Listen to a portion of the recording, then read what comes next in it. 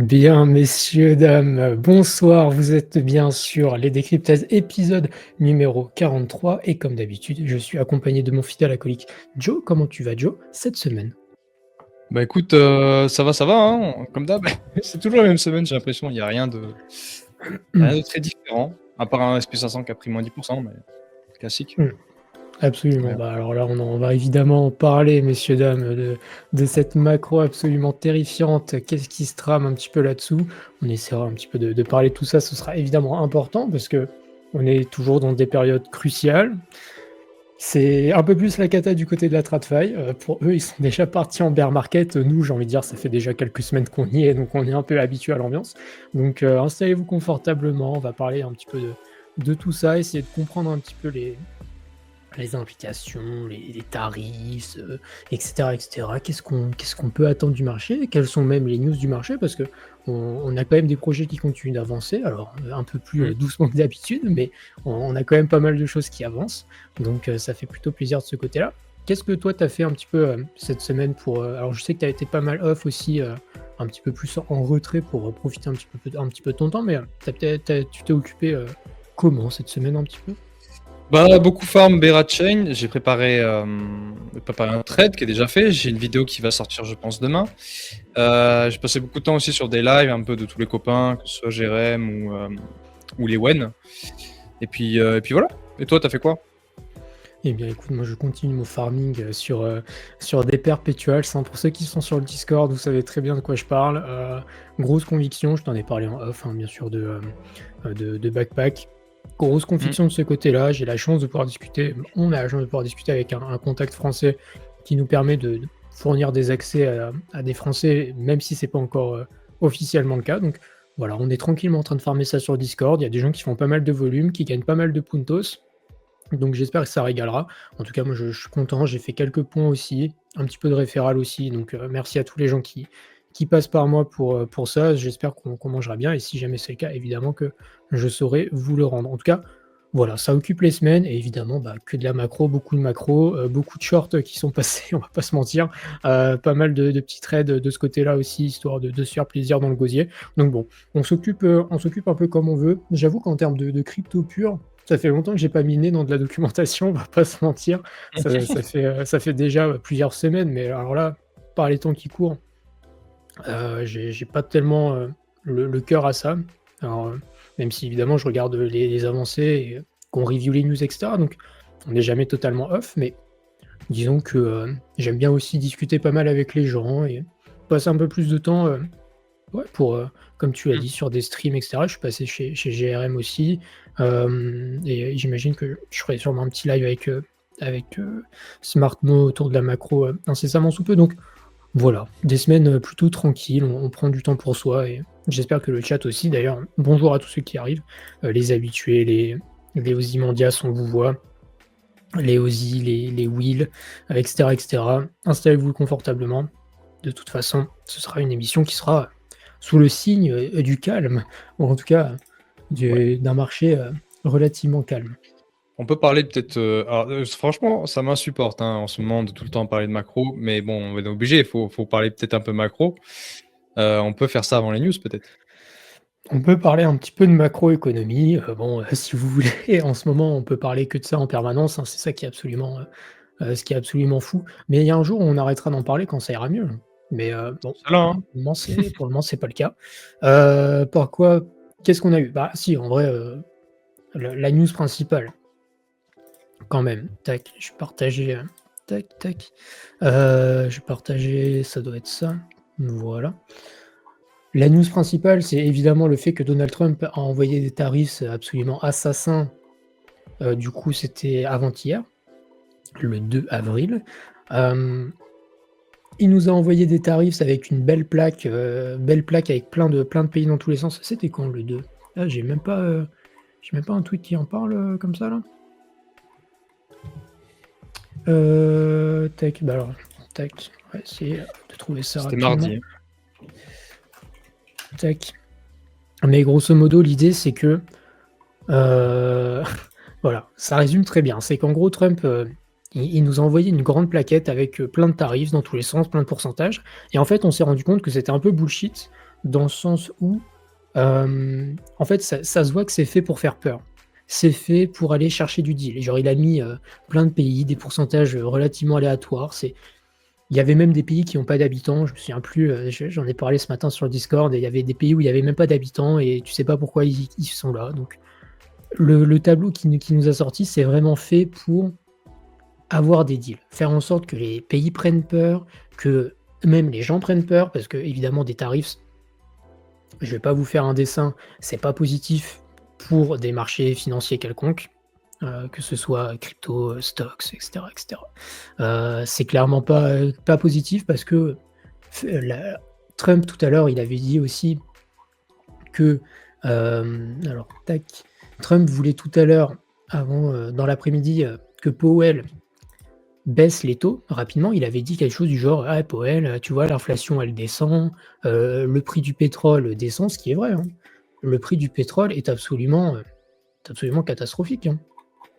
Tac, on est sur les niveaux critiques qu'on n'a pas du tout envie de perdre, les 60 où c'est un peu la dernière chance quoi, si on veut pas que ça parte en cacahuète. Donc les marchés commencent à pricer des récessions, enfin une récession de manière assez, significative avec, pardon pas 1 un pétrole qui commence à baisser, une inflation qui serait peut-être plus élevée, et cetera, et cetera. Et Powell, tout à l'heure dans son discours, alors pardon plutôt ça, a dit dans le discours, donc on est le vendredi 4, dans son discours, il était en mode, bah, en fait, nous, on veut toujours stabiliser les prix, réduire l'inflation, et cetera, et cetera.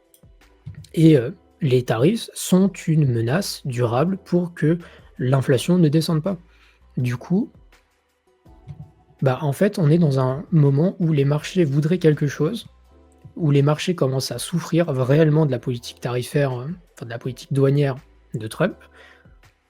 Et Trump, ça lui va très bien, parce qu'il veut faire baisser ses taux à 10 ans. Les gens vont se réfugier dans les obligations, qui montrent des signes de faiblesse, ça je suis d'accord, mais qui pour le moment, bah, sont toujours au-dessus des 4%. On a été voir les 3,8 ici, et 3,8, est-ce que c'est suffisant, pas suffisant? 4%, c'est très peu, en tout cas par rapport à ne serait-ce que, la mi-2024 où on était descendu jusqu'à 3,5.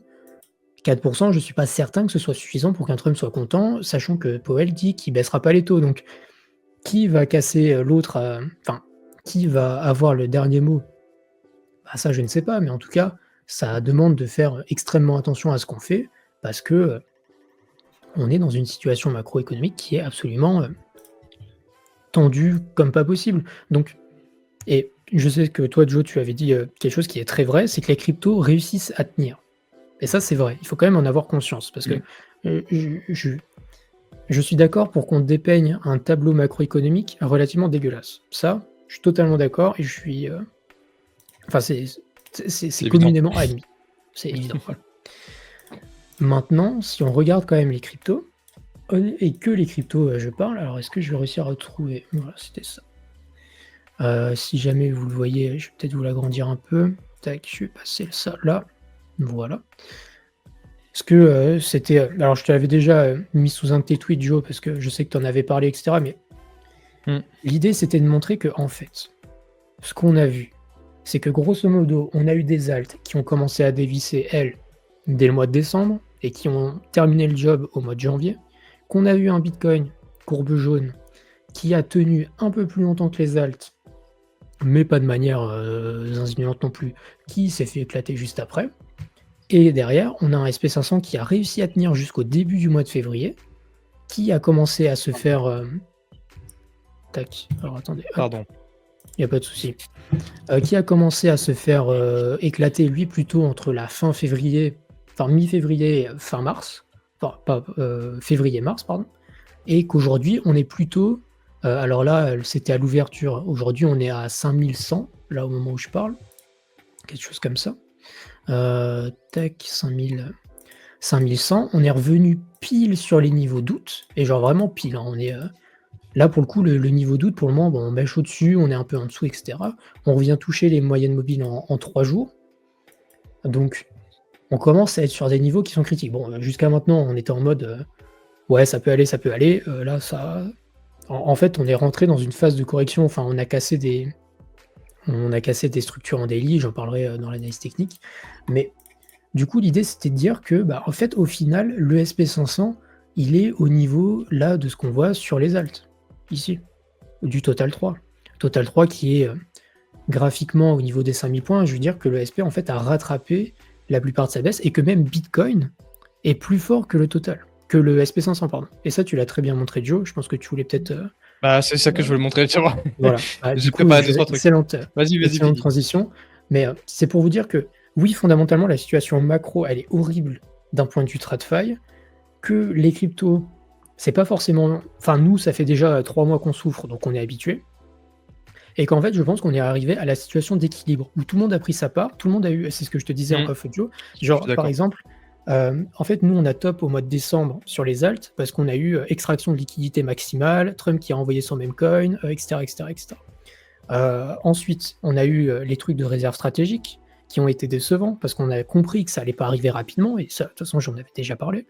Et du coup, bah, Bitcoin a dévissé parce que, bah, on s'est dit: «Bah, OK, bah, c'est-à-dire pour le moment, on n'a pas vraiment de catalyseurs positifs qui peuvent réussir à tirer les prix plus haut», surtout dans une condition macroéconomique qui était déjà tendue.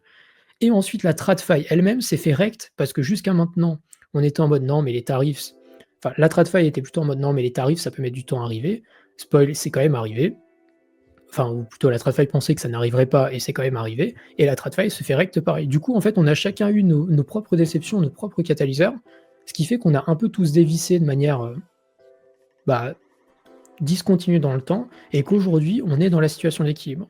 Donc, c'est pour ça que pour moi, que les cryptos tiennent tant bien que mal sur des niveaux clés importants, j'en parlerai sur l'analyse technique, Très important. sur des niveaux clés qui sont essentiels. On va mettre les termes, essentiels, C'est ça. sur beaucoup, Vital. que ce soit les peu d'altcoins qui restent encore forts ou Bitcoin, et cetera, Ouais. c'est vital.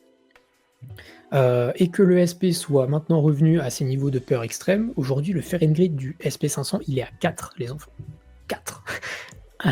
On n'a pas vu ça, je crois que Jeff, il l'a posté, je sais plus, mais ça fait genre des années qu'on n'a pas vu un Fear and Greed aussi. Enfin, c'est la peur panique totale à Wall Street. Donc, à partir de maintenant, si le SP500 continue d'aller pousser plus bas, ça pue pour tout le monde. Si le SP500 commence à remontrer de la force, je pense que les cryptos ont une fenêtre où elles vont pouvoir bien se porter. Où en fait, on rattrapera juste. En fait, on est revenu à un point d'équilibre, tout simplement. En tout cas, c'est mon avis. Et c'est plutôt encourageant, même si sur des temps de genre plusieurs semaines, je serais pas aussi catégorique sur le fait que le bottom soit in. On peut voir un rebond motivé par plein de raisons sur l'SP500, qui sera motivé aussi sur les alts et sur Bitcoin. Et pourtant, dans, je sais pas, 15, 20, 30 jours, réussir à me faire un nouveau plus bas. Parce qu'on est rentré en phase de correction sur le SP500, il faut pas l'oublier. C'est que pour faire un V-bottom dans des conditions comme ça, il va nous falloir vraiment des catalyseurs. Et pour le coup, là, c'est plus de la croyance. En tout cas, c'est mon avis. Voilà un peu pour l'étendue des dégâts, j'ai envie de dire, de la situation actuelle et un peu Ouais. l'avis que j'en ai. Ouais, si je peux montrer 2-3 trucs, bah, je maîtrise moins la macro, mais il y a 2-3 charts qu'on présente pas assez, Vas-y, malheureusement, et que j'aimerais. J'ai pas le droit. Ah non, en fait, il faut que j'enlève le tien et que je mette le mien. Maintenant, Attends, je tac, crois. tac, voilà. Voilà. Et voilà, le BTC USD versus le SP500, je trouve qu'il est très très parlant. Vraiment, je l'aime beaucoup. Bah déjà, là, on voit qu'on a fait un superbe rebond récemment. Donc en fait, ça, c'est le SP500 qui se casse la gueule et le BTC qui ne bouge pas. Et on voit qu'on est en fait sur des niveaux qui sont ultra importants parce que c'est là où on s'est arrêté en 2021. Donc ça, c'était les annonces du QT, je crois, ou je crois que c'était mai. Et là, en fait, on voit qu'on a une grosse sous-perf. Et c'est ça que j'ai dit aujourd'hui sur X. Parce que tout le monde appelle ça un bear market. Pour moi, ce n'est pas un bear market à partir du moment où c'est juste une corrélation avec le SP500 ou une décorrélation. Mais on n'a pas ce genre de truc, tu vois. On n'est pas sur un top de marché crypto face au monde. C'est pas du tout ce qu'on est. Là, on est toujours dans une trend qui est haussière face au monde. Bah, je considère que le SP500, c'est le monde. C'est bien plus large, mais évidemment, c'est le plus gros acteur. Et là, pour le moment, c'est très bullish, il n'y a aucun souci. On voit aussi là. Ça, c'est donc BTC face à Gold, SP500 ou le Nasdaq. Nasdaq Composite, j'avoue, je sais même pas ce que c'est. Mais en tout cas, il suit beaucoup le SP500. C'est un indice du Nasdaq. Ok, très bien, merci. Il est plus large du coup? Il est plus large que le 500? C'est plus orienté tech, le Nasdaq. Ah, ok. Ok, Du merci. coup, c'est plus lié à Bitcoin par extension, mais c'est trop. Enfin, Ok. les deux sont pris en compte, mais voilà. Ok. Bah, du coup, on voit que voilà, on a bien chuté récemment, donc on s'est vraiment décorrélé du SP500. Et pour moi, la raison, c'est, bah, je te rejoins un petit peu, je le dirais un petit peu différemment, mais je pense que il y a des gens, il y a des gens qui ont vendu en crypto. Je pense qu'il y a beaucoup, beaucoup de gens qui ont paniqué, qui ont vendu, mais je pense que ça a été acheté. Il y a eu de la pression acheteuse. Euh, D'ailleurs, on le voit d'ailleurs de temps en temps sur des charts qu'il faudrait peut-être vérifier, mais sur peut-être de l'accumulation de whale ou des gens qui sont des gens, comment on dit, de la smart money peut-être. Ah voilà, après, ça, on est vraiment, c'est vraiment très dangereux ce qu'on fait, mais on a vraiment beaucoup de chance. Je voulais justement montrer un petit peu où est-ce que je l'ai vu. Voilà, si on va sur BTC, on va au trade, au carry trade qui est arrivé du coup le 4 août. Le carry trade qui était du coup un événement majeur qu'on a vécu ensemble, Tom. Et ce qui s'est passé, c'est que le carry trade, le SP500 avait pris moins 10%, comme actuellement. Sauf que le BTC, lui, il avait pris. C'était pas du tout là. Moins 20, C'était. moins 25. C'était après. Il avait pris moins 30%, tu vois, c'était ça là. Voilà. Donc en fait, on était complètement corrélés. Et c'est ce que je te disais en off, c'est une des premières fois où on plonge pas avec la TradFi. Pour l'instant. J'espère qu'on va pas jinx ça. Mais. Et il y a deux choses quand même à ce que tu dis qui sont. Enfin, ce que tu dis est pertinent d'ailleurs. J'aime beaucoup le fait de comparer le SP500 au Bitcoin parce que pour moi, ça veut dire deux choses. La surperformance de Bitcoin maintenant, elle est motivée par le fait que les gens se réfugient dans le Bitcoin. Enfin, de toute façon, ça se voit sur la Bitcoin dominance. Hein. Je vous invente rien. La Bitcoin dominance, elle est en ATH sur ATH chaque jour. Donc, c'est qu'à un moment donné, les gens vont dans Bitcoin et pas dans le reste. Donc oui, il y a des charts qui se tiennent mieux quand on les prend de manière unitaire. Voilà, on essaie de tenir les supports, on y reviendra. Mais fondamentalement, c'est que les gens se réfugient dans le Bitcoin. Encore plus que d'habitude. Donc ça, ok. Maintenant, ça veut dire que si jamais on doit enfoncer davantage sur l'SP500, à mon avis, il y aura peu de choses qui nous retiennent. Et ce que tu dis, c'est vrai, j'ai vu des charts d'accumulation de whale, c'est vrai. Genre en vrai, il y a des gens qui achètent en continu du Bitcoin. Est-ce que c'est des gens qui achètent avec du capital frais ou est-ce que c'est des gens qui accumulent parce que ils sont en mode peur panique sur les altes et du coup ils prennent full BTC? Je ne sais pas. Ça, on n'en sait rien, mais fondamentalement, il y a des gens qui achètent du Bitcoin. Ce qui m'amène donc à un autre point. Le fait que on est peut-être en train de voir le début d'une nouvelle ère pour Bitcoin, tant bien que mal. Oui. Dans une ère dans laquelle Bitcoin est une réserve de valeur moins importante que l'or peut-être, mais en fait quand on...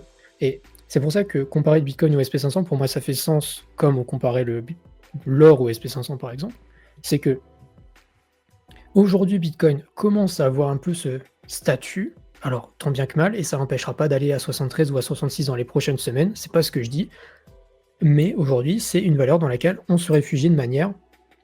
Bah, pour le moment, en tout cas, par rapport au reste, on est dans une valeur refuge. Là où Bitcoin, typiquement, même il y a 8 ou 10 mois, ou 1 an, Bitcoin dans la même situation aurait pris beaucoup plus cher. Enfin, c'est sûr. En tout cas, c'est mon avis. Du coup, on est en train de voir un peu cette dichotomie entre Bitcoin d'un côté et les alts de l'autre. Et pour moi, genre, c'est flagrant à partir de maintenant qu'on commence à voir en fait le fait qu'on a vraiment des alts qui doivent être considérés comme des assets à risque au même titre que les actions et un Bitcoin qui commence doucement à un peu s'extraire de son statut de crypto pur, quoi. En tout cas, c'est mon avis. C'est Gold SP500, quoi. C'est exactement la même relation. Ouais, c'est ça. Et je pense qu'on y vient petit à petit. Et le problème, c'est que je peux pas encore l'affirmer. Et vous savez qu'on aime bien penser, nous, avec Joe, avec tous nos neurones qui nous restent, qui n'ont pas encore été fusillés par TikTok. Et c'est un truc que je suis en train de bosser pour vous faire un article sur le sujet parce que, en fait, fondamentalement, on pourrait arriver...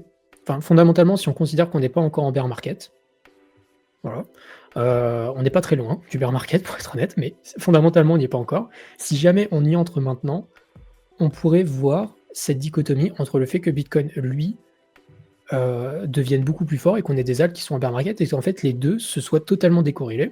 Et en plus de ça, qu'on ait mis fin au cycle de 4 ans, par exemple. Enfin, en fait, on est vraiment peut-être à l'aube de voir quelque chose qui est totalement différent sur le marché et des choses que personne n'a connues. Oui. Et ça, Mais c'est passionnant. c'est vrai qu'on peut avoir un bull market avec un BTC même qui va péter un ATH et des alts qui restent en bear market en fait. Déjà, le concept de bull market, bear market, ça ne concerne que BTC. Le reste, ça suit par effet de rotation. Mais s'il n'y a pas de rotation parce que les gens ont trop peur, bah il y aura que BTC, c'est possible. Hein. C'est une éventualité, ma foi. Mais c'est vrai que, Ouais. comme tu dis, ça se voit. En fait, il y a que les majors qui s'en sortent pas trop mal. Je sais pas, tu vas regarder du BNB, tu vas regarder du Tron, tout ça, ils s'en sortent pas trop mal.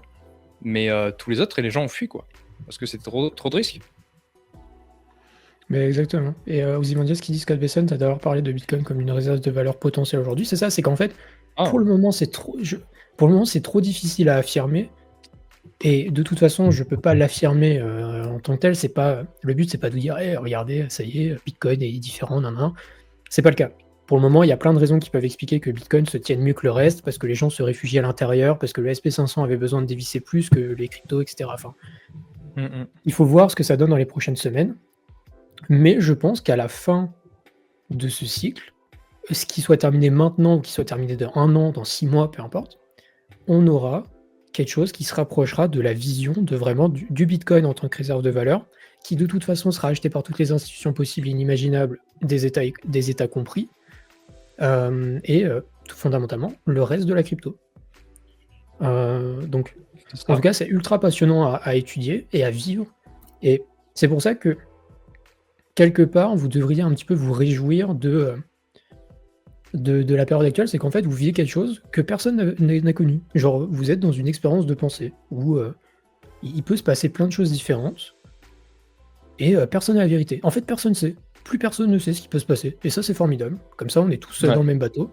Et c'est excitant. Et c'est ça qui est cool. Alors oui, on perd de l'argent. Bon, après, j'ai envie de dire, un peu plus, un peu moins. Bon, ATH divertissement. ATH divertissement, et vous avez qu'à envoyer des shorts, au pire. Comme ça, hop. Pas maintenant, peut-être pas maintenant. Peut-être pas maintenant, j'avoue. C'est peut-être pas mouiller maintenant. Shorter les bottoms, c'est pas forcément le bon truc. Mais voilà. Ouais. Il y a un petit comme. Je suis pas forcément d'accord, le contexte ne permet pas une alta saison, manque d'équité, taux encore élevé. En vrai, je sais pas pourquoi tu dis qu'on n'est pas d'accord, du coup, c'est un peu ce qu'on dit. Du coup, on est d'accord. Après, moi, je dis toujours, et tu vois, il peut y avoir un premium pour les cryptos qui peut dépasser le fait qu'il y ait des taux élevés. Juste parce que la crypto, d'un coup, c'est adopté, c'est machin, tout ça. On l'a vu avec l'IA. Il y avait un premium alors qu'il y avait des taux élevés. Ça peut arriver. Après, je ne mettrai pas ma main au feu non plus que ça arrive. Mais je pense que ça ne fait pas tout non plus, quoi. Et est-ce que je peux commencer peut-être avec l'analyse technique pour changer pour une fois? Parce que vu qu'on parle pourquoi pas, vas-y. de prix, je veux juste, comme ça, c'est fait. Parce qu'en fait, il y a plein de trucs intéressants à raconter. Tac. Bon, évidemment, je reviens pas sur le SP500 qui... Alors, attendez, tac, je vais faire ça, tac. Je reviens pas sur le SP500. En fait, ce qui est intéressant, pourquoi je vous dis que potentiellement, on est en train de voir quelque chose dans... En fait, le scénario que j'ai en tête, actuellement, si on part du principe... Parce que là, le SP500, en fait, il est survendu de zinzin, le SP500. Là, à l'heure actuelle, c'est une folie furieuse. Genre, le SP500, vous ouvrez la chart dans n'importe quel time frame, ça baisse. Voilà, c'est simple. De toute façon, il n'y a pas de... tac. On est sur des niveaux en daily ou en weekly, des niveaux de RSI qui sont plus bas que ce qu'on a vécu sur n'importe quelle correction, et même pendant le bear market de 2022 à 2023. Enfin, on est sur les mêmes niveaux. Donc, il y a un moment donné où il n'y a pas de free lunch. Genre, là, si vous shortez maintenant, en fait, si vous dites que shorter maintenant, c'est un bon moment, c'est pas le cas. Genre, en fait, il y a un moment où on va aller récupérer des niveaux plus hauts. Sachant que derrière nous, on a laissé des gaps gigantesques depuis ces 2 derniers jours, parce qu'à chaque ouverture, en fait, on dump de plus en plus. Du coup, derrière nous, on a laissé énormément de zones à retravailler. Genre ça, c'est des gaps sur le SP500 aux ouvertures. C'est comme les gaps sur Bitcoin, sur le CME, on n'aime pas les laisser traîner. Personne n'aime ça. Du coup, fondamentalement, le scénario que j'ai le plus en tête à l'heure actuelle, on est sur des moyennes mobiles qui sont quand même cruciales, on est sur le niveau d'août. Enfin, si ce niveau ne nous sert pas à un moment donné de support, même juste à court terme, bon, voilà, je sais plus quoi répondre. À partir de là, juste on part à la cave et voilà. Donc, ce que j'ai en tête, c'est qu'il y a un moment donné, on va les retravailler, ces zones-là. C'est en plus de ça, même si on doit continuer à la baisse, hein, je vous dis même pas qu'on repart en bull market. Même pas. Je veux dire, on peut aller chercher un 38,2 à partir de maintenant de Fibonacci et faire ça et repartir. ou aller peut-être récupérer un peu plus haut, enfin, peu importe. Donc, toute cette zone-là, à mon avis, on va forcément y retravailler. Genre, on peut pas laisser autant d'imbalance et genre shorter maintenant, ça me paraît beaucoup trop simple d'un point de vue. On peut pas vous laisser faire ça, à mon avis. Ça me paraît trop simple. Donc, quand on regarde les cryptos qui tiennent en même temps, paf, paf, on va prendre par exemple Bitcoin. Ça veut dire que si on a un rebond quelconque sur le SP500, c'est pas impossible qu'on ait une structure de retournement en daily. Tac, je vais vous enlever ça. Vous voyez que pour le moment, le Fibonacci 618, il tient. Je veux dire, là, fondamentalement, sur Bitcoin, on est en train d'essayer de tenir une structure daily. Alors, est-ce que ça va tenir ou pas? Je sais pas. Pour moi, c'est simple. C'est si on perd les deux mèches qui sont là, on va à 73 000. Parce qu'en fait, quand on prend en plus petit time frame, on a toutes ces liquidités qui traînent là, tout ça, tout ce qu'on a laissé là. Tac, on va prendre ça. Tout ça, c'est des trucs qu'on n'a pas chassés. Donc, si on y vient, c'est pour aller prendre tout ce qu'il y a plus bas. En tout cas, c'est mon avis. Maintenant, ça veut dire que sur Bitcoin, par exemple, si jamais le SP500 nous fait juste un rebond technique, je parle même pas de reprise haussière, je parle juste d'un rebond technique, on pourrait aller retravailler des résistances un peu plus hautes. Et il faut l'avoir en tête, parce que c'est important, parce que ça veut dire que potentiellement, quand on va retravailler des zones plus hautes, et des zones, on a toujours des énormes résistances. Déjà, il va falloir réussir à passer les moyennes mobiles qui sont juste au-dessus de nos têtes. Que ce soit la moyenne mobile 4 heures ou la moyenne mobile daily, pour le moment, on est bloqué dessous. Faut aussi s'en rendre compte.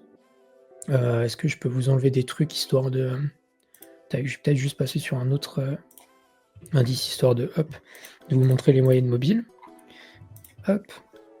Voilà. Moyennes mobiles qui sont, en fait, là, la zone qu'on est en train de travailler, et c'est une moyenne mobile en 4 heures qui nous servent de résistance depuis les 98 000, voire les 100 000. À chaque fois qu'on touche la zone rouge, on est rejeté. Ici, mèche de rejet, plein de rejets. En daily, c'est pareil, cette zone jaune, c'est du rejet. Donc ça veut dire que va falloir travailler cette zone, puis la zone des 90 000, qui nous servait de bad range, quand on était entre 90 et 100 000, puis la reload zone de short. Hop, tac, tac. Que je vais vous montrer, paf, comme ceci. Hop, tac. Reload zone de short qui se situe au niveau des bloqueurs des 95 000. Et c'est quoi la zone ici? Là, j'ai les 38,2 et les 90. Je sais plus pourquoi j'avais mis cette zone en évidence. Ça doit être une reload zone, mais alors je sais plus de quel moment. Bref. Non, c'était là où il y avait des moyennes mobiles. Tac, ça doit être des moyennes mobiles, voilà, c'est ça. Des moyennes mobiles 100 jours, etc. Donc, en fait, on pourrait voir un rebond technique qui nous amènerait vers des zones de résistance et qu'ensuite on reparte vers le bas. Et ça, ce serait destructeur pour beaucoup de gens, parce que là, le narratif qu'on vous dit en ce moment, c'est en mode buy le dip. Potentiellement que sur le SP500, vous êtes vraiment en train de buy le dip, je dis pas le contraire. Mais le SP500, même s'il revient dans des zones qui sont plus hautes, la structure, elle est baissière. Et la structure, on l'a vraiment, vraiment dégradée violemment. On a cassé des structures daily, on a même cassé presque, pas encore, mais des structures weekly.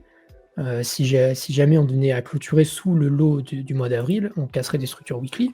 Donc, fondamentalement, la dynamique du SP500, elle n'est pas haussière. Et pour repartir en mode V, il va falloir aller travailler, quoi. Il va falloir que Powell il nous envoie de la liquidité, il va falloir que le saucisson soit bien rempli. Expression qui n'existe absolument pas, mais vous avez compris l'idée. Et en fait, ce que j'ai peur, plutôt scénario qui commence à émerger dans mon esprit, et là, on est le 4 avril, ça se trouve, demain, on est à 4700 points sur le SP, et on n'a juste pas vu de rebond. J'ai particulièrement peur d'un truc où on vient juste faire un rebond technique, tout le monde pense que ça y est, rebelote, tout le monde est riche et tout le monde y est content. Continuation baissière du SP500. Sachant que aujourd'hui, les taux à 10 ans, comme je vous l'ai dit, ils sont pas suffisamment bas pour que ce soit intéressant. Combien de temps est-ce que la guerre des tarifs doit durer? 2018, la guerre des tarifs, elle dure 1 an. en 2018, le SP500, il fait... Hop, avec l'élection de Trump en janvier 2017, le SP500 est revenu au même niveau que janvier 2017 pendant la présidence de Trump. Ici, on a un premier pump, il commence à parler des tarifs, on commence à repartir, et il reparle des tarifs jusqu'à décembre 2018. Et après, bon, on connaît la routine, on a eu un rebond parce que ça s'est calmé, ils ont trouvé des accords, etc. Puis il y a eu le Covid, etc., vous connaissez. Donc, fondamentalement, les tarifs, ça peut encore durer. Jusqu'à temps qu'ils obtiennent ce qu'ils veulent. Et ça peut durer 3, 4, 5 mois, le temps que Powell peut-être prenne des décisions, qu'on voit des datas sur l'inflation et le chômage qui soient plus dramatiques, etc., etc. En fait, à court terme, chaque rebond... Enfin, là, actuellement, vous êtes dans la meilleure zone d'opportunité si jamais vous êtes confiant, et même pas juste si vous êtes confiant, si vous voulez jouer un quelconque rebond, ça je dis pas le contraire. Par contre, j'y mettrai pas tout mon capital. J'y mettrai pas tout mon capital, ça reste extrêmement risqué. Vous achetez fondamentalement un couteau qui tombe, et en cas de rebond quelconque, je chercherai pas à me replacer à l'achat. Je chercherai à me replacer à la vente. Et comme je l'avais déjà dit dans mon dernier article macro, plus on se rapproche des 95 000 sur Bitcoin, plus je cherche à vendre. Parce que je pense qu'on n'a pas encore fait le plus dur. Et c'est pour ça que la situation, elle est compliquée. C'est que fondamentalement, ça donne envie d'acheter la zone. Et on est sur des supports clés. D'ailleurs, j'ai oublié de parler du total, des total 2, total 3, etc. Bon, je me permets de remettre ça. Hop, et après, j'en aurais terminé. Tac, je vais agrandir ça. Hop. Faut me dire si je t'ennuie. Putain, ça me fait chier. Ah bah dis donc, c'est généreux, ça fait plaisir, merci beaucoup. Total 3. Total 3 qui est sur les moyennes mobiles en 3 jours, ça ok. Et en fait, ce que j'aime pas avec le Total 3, c'est qu'il faut comprendre ce qu'il y a dans le Total 3. Du coup, j'ai enlevé petit à petit des actifs du Total 3. Là, le Total 3, c'est tout Total 3 sans les stablecoins. Ensuite, j'ai enlevé le Total 3 avec le XRP et les BNB. Ensuite, j'ai enlevé le BNB, le Sol, le Doge, le ADA, etc. Et bah en fait, on se rend compte que plus on enlève les grosses caps, plus en fait on est sur des niveaux qui sont absolument critiques. C'est-à-dire que... Ça s'appelle le Other, hein, au cas où. Alors oui, j'allais y venir. J'ai même fait... T'as créé le Other. Pardon, oui, mais c'est pour que les gens comprennent. C'est qu'en fait, aujourd'hui, il n'y a que les grosses caps qui nous aident à nous maintenir un peu en vie.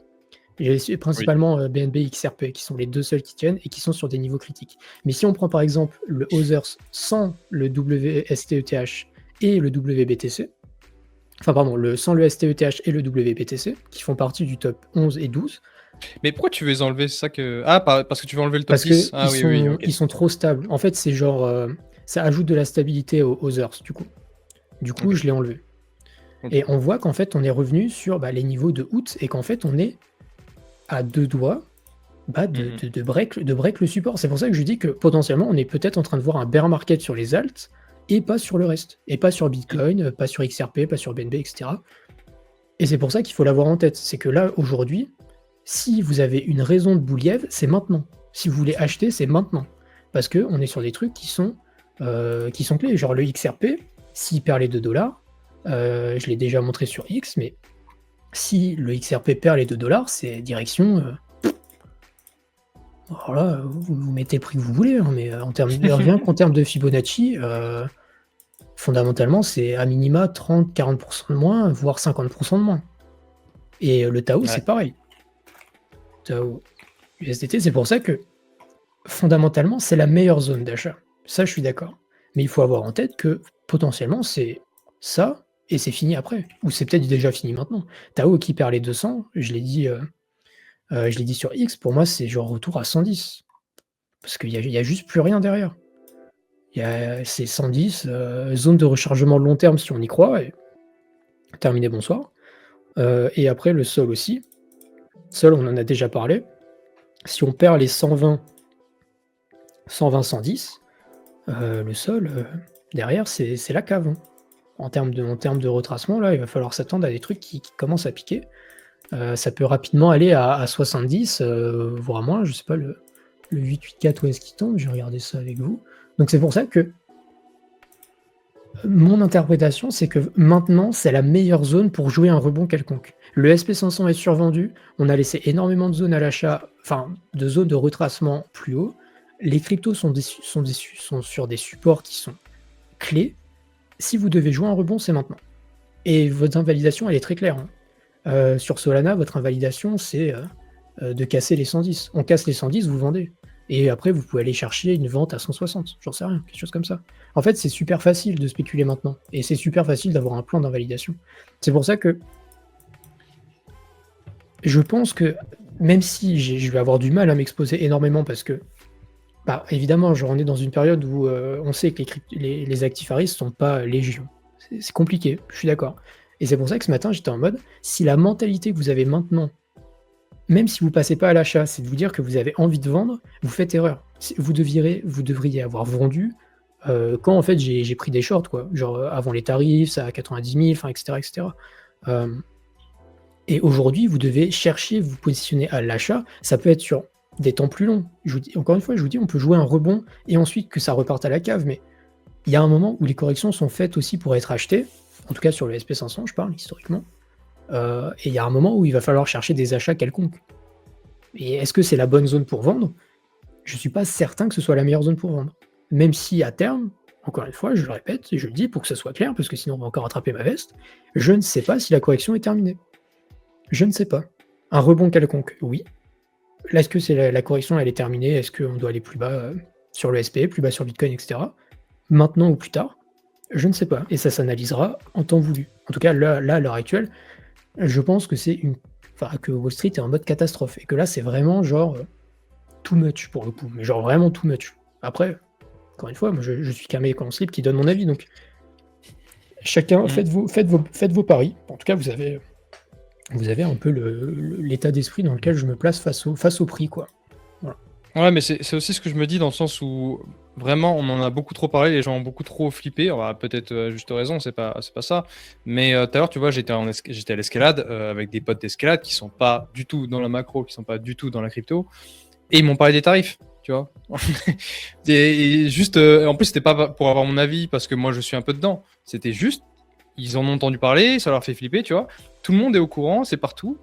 Et ça, bon, c'est quand même plus proche d'un bottom moment temporaire que le mouvement est passé, quoi. Le mouvement est passé. Et c'est pour ça que d'ailleurs, j'ai vu un commentaire disant que peut-être que BTC a du lag et qu'il va suivre le SP500. Moi, j'en doute. Parce qu'en général, quand tu as une panique, elle se propage ou elle se propage pas. Je vois pas pourquoi la panique aurait du lag. Les baisses, on peut avoir du lag. Mais une vraie panique, maintenant, ce serait bizarre, tu vois. Genre là, ça y est, on panique sur BTC. Je sais pas. Tac.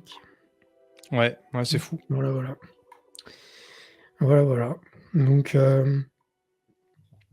bah écoutez, genre même il y a rien qui, non mais il y a rien qui va. En termes de sentiments, il y a rien qui va. Bon après, nous on est habitués. Nous ça fait déjà 3 mois qu'il y a rien qui va en crypto. Donc j'ai envie de dire que on est relativement safe. Mais en fait, c'est que ça me paraît.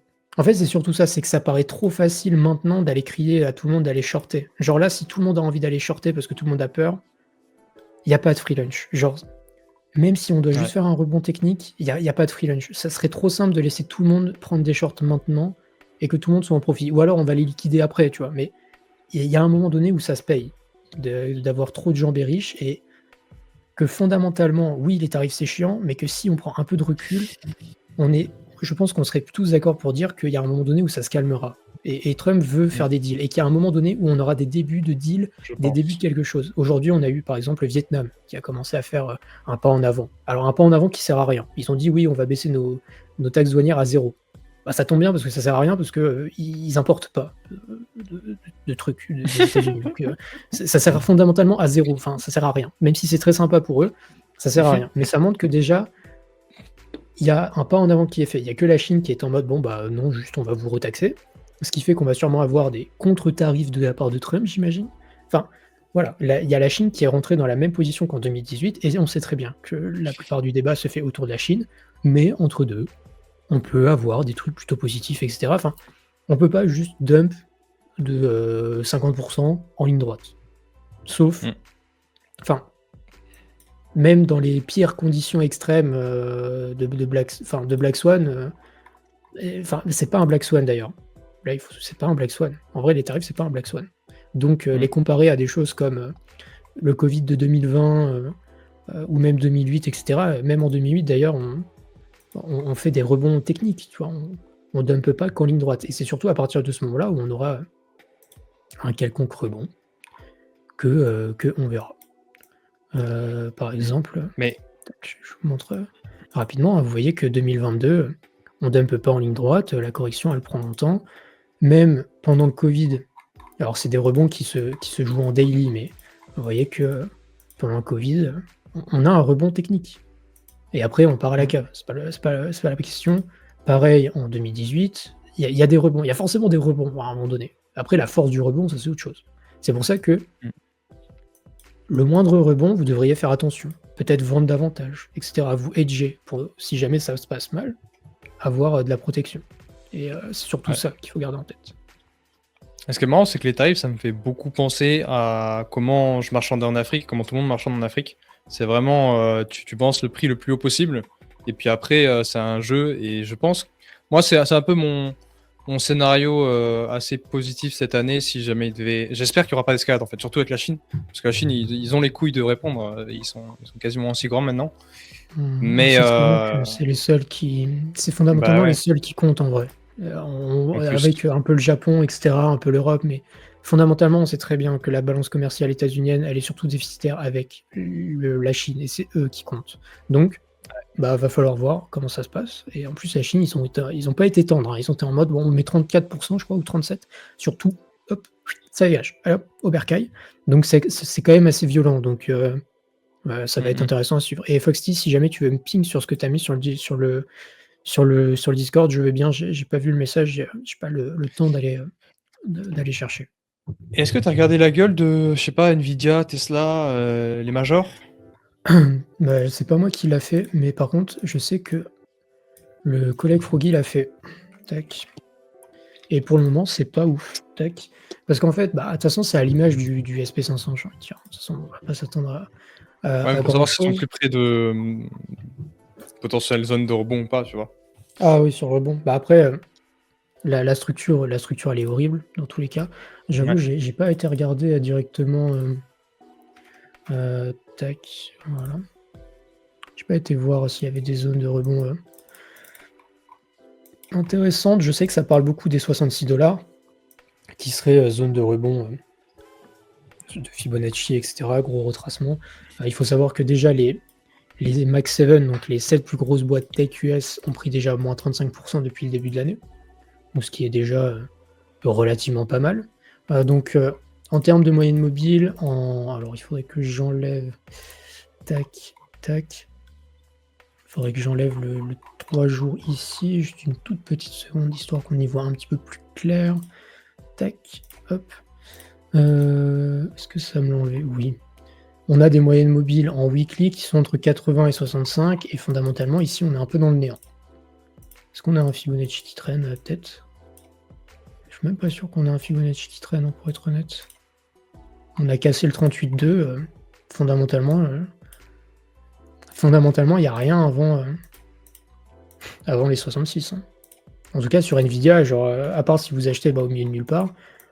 Et après, fondamentalement, on peut dire qu'on est revenu au prix d'août 2024. Donc, encore une Mm. fois, ça, après, ça reste un support. Hein. Je veux dire, ça, c'est un top. Là, c'est un support. On est en train de mêcher en dessous. Si jamais ça tient, ok, pourquoi pas. Après, ça reste un support léger. En termes de structure, on a vraiment tout cassé et c'est pas Jojo. Et c'est à peu près partout sur les Ok. mêmes. Hein, enfin, on prend Nvidia, mais c'est grosso modo pareil un peu partout. Voilà. Donc c'est pour ça, Mm. c'est une zone critique. Il y a du mou pour aller plus bas sans que ce soit grave. Même en termes de price earning ratio, le SP500 est toujours relativement élevé. On a du mou pour aller plus bas, c'est Jeff qui l'a partagé sur Discord, sans que ce soit dramatique. Et pourtant, on est déjà sur des niveaux clés. Donc voilà, ça va être. On est sur zone de bataille.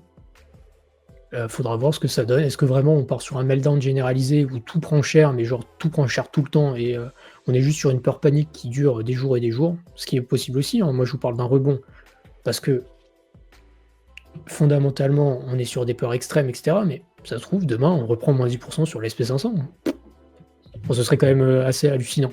Et là, ce serait vraiment, ce serait vraiment pas ouf. Mais j'ai envie de dire que tout est relativement possible jusqu'à temps qu'on ait des signes encourageants d'un point de vue macro ou des deals sur les, sur les taxes douanières, etc. etc. Donc, il va falloir rester à l'affût, mais dans tous les cas, faut pas se précipiter à l'achat. Est-ce que vendre maintenant c'est bien ou pas? Bah, vous devez vous faire votre avis, hein. J'avoue que Mm. des actifs que j'avais envie de vendre, ça fait longtemps qu'ils sont plus dans le portefeuille. Euh, et aujourd'hui, moi, je suis en achat de Bitcoin only, quoi. Parce que bah, j'ai la conviction profonde que Bitcoin ira plus haut après. Et j'en achèterai à 80, à 70, à 60, à 50, tout le temps, s'il le faut. Bah, et c'est le seul actif où je me sens bien d'acheter. Et je vais le foutre en DeFi, je collatéralise et je me porte bien. Donc, Mm. chacun doit adopter un petit peu sa stratégie. Voilà un petit peu pour le côté macro, tout ça. Ok, Euh, ok. Bon. Tac. Alors, Foxty qui m'a montré du coup. Tac, tac, tac. Alors, est-ce que j'ai le temps de lire ça? Alors, je vais vous ouvrir. Tac, ça. Foxty qui m'a partagé une petite analyse sur le Discord. La petite perso BTC et Hype, le reste à la cave. S'il y a tout le reste va à la cave, je pense que Hype ira aussi. Hype il fait partie justement du secteur technologique. Hype est d'une C'est faiblesse pas- terrifiante. Hein. Je ferai attention à ça. Hein. Moi, j'ai toujours une exposition que j'ai réduite et que en plus j'avais protégée en short juste avant les tarifs. Donc fondamentalement, j'ai pas perdu d'argent. J'en ai gagné pas autant que si j'avais juste shorté tout le marché avec tout mon capital. Mais encore une fois, ça se trouve le jour des tarifs j'avais tort et ça se trouve on n'avait pas eu de tarifs. Donc c'est pour ça que j'ai pas shorté avec tout mon capital parce que je suis pas juste con.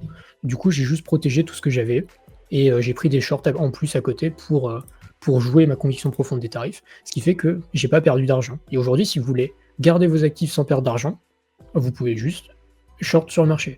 Par contre, il faut être OK avec les risques qui vont avec. C'est que si vous shortez maintenant, vous shortez des potentiels bottom. Et vous ne gagnez pas d'argent si ça monte. Vous serez neutre. Mm. Voilà. Il n'y a pas de mauvais choix, c'est à vous de choisir ce que vous voulez faire. D'ailleurs, c'était assez rigolo parce que tu avais fait un post assez bearish juste avant les annonces. Il y a plein de gens qui te sont tombés dessus. T'as refait un post juste après en disant bah moi j'ai shorté, moi j'ai dit ce que j'allais faire, j'ai fait de l'argent Ouais. et voilà Bah, quoi. Et les gens voulaient pas entendre ce que tu avais à dire en fait. Je pense. Mais en fait, c'est un peu le problème que j'avais de plus en plus sur X, c'est qu'en fait, les gens, quand tu es bearish, les gens sont pas contents. Et je fais pas des posts pour que les gens soient contents. Genre, quand j'ai fait des posts bullish mi-février pour dire que je m'attendais à un rebond, que potentiellement on avait des catalyseurs sympas, je le pensais sincèrement. Et j'étais pas en mode je vais faire plaisir aux gens. Je partage mon avis sur le marché et ce qui me permet de me positionner. Bon, bah, j'ai pas eu forcément raison sur le post de février, bah, et par contre, j'ai raison sur d'autres trucs. On peut pas avoir tout en raison. On n'est pas Madame Irma. Et tout le monde fait des erreurs. Tout le monde. N'importe quel créateur et fait pas 100% font 100% de win rate, ça n'existe juste pas. Après, là pour Paul, moi je suis d'accord des fois où on lui tombe dessus un peu gratuitement. Par contre, il y a des fois où la dernière fois j'ai vu, c'est Crypto Recherche qui a posté, mais du coup c'est Paul qui avait posté un truc qui avait rien à voir. Et en fait, les arguments, il y a des fois où ils sont un peu capillotractés pour faire passer du bullish. Et des fois, on lui tombe dessus pour ça, et ça, je comprends un peu plus déjà. Mais pour rebondir ce que tu dis, moi, en fait, les gens me prennent un peu pour un permabull sur X parce que je suis de nature positive, mais je pense que actuellement, on est voilà sur un 50-50. Je sais pas du tout où on va. Par contre, comme personne partage le positif, bah, moi, j'aime trop ça. J'aime trop partager le positif. J'aime pas partager le négatif. Et du coup, je me colle un peu cette image de permabull alors que je suis en mode. Bah, je sais pas. Je sais pas. J'espère en fait. Tu vois, je dis j'espère que ça se passera bien. Mais c'est plus ma nature comme ça, ouais. quoi. Mm. Mais je suis pas permaboule du tout. Hein. Franchement, je vois clairement un monde où ça se passe très mal. Mais ouais. Bah, en fait, c'est ça. C'est qu'en fait, on est toujours dans la situation où il y a une personne sur deux qui est bullish, une personne sur deux qui est bearish, et à la fin de l'histoire, il y aura 50% des gens qui auront tort. Et parce que là, tout est binaire. Hein. Il y a personne qui est en mode non, mais On peut être boule et un peu bear, nanana. Surtout sur X, c'est soit l'un, soit l'autre. Il y a pas d'entre-deux, on peut pas avoir des propos modérés, on peut pas dire, C'est chiant. et en plus, C'est chiant. c'est ouf parce que, tu vois, tout à l'heure, j'ai posté, justement un truc où le truc où je disais que si vous pensez pas à acheter des actifs dans la période où ça saigne, en fait, vous allez toujours rien comprendre et juste ça, alors qu'à côté, je dis qu'il y a des choses qui sont bearish. Enfin, un Powell qui dit je vais pas baisser les taux, l'inflation va monter, nan, c'est tout sauf positif. Hein. Donc, j'ai la conviction que on n'a peut-être pas encore fini de creuser, mais par contre, ça veut pas dire que vous devez pas acheter non plus.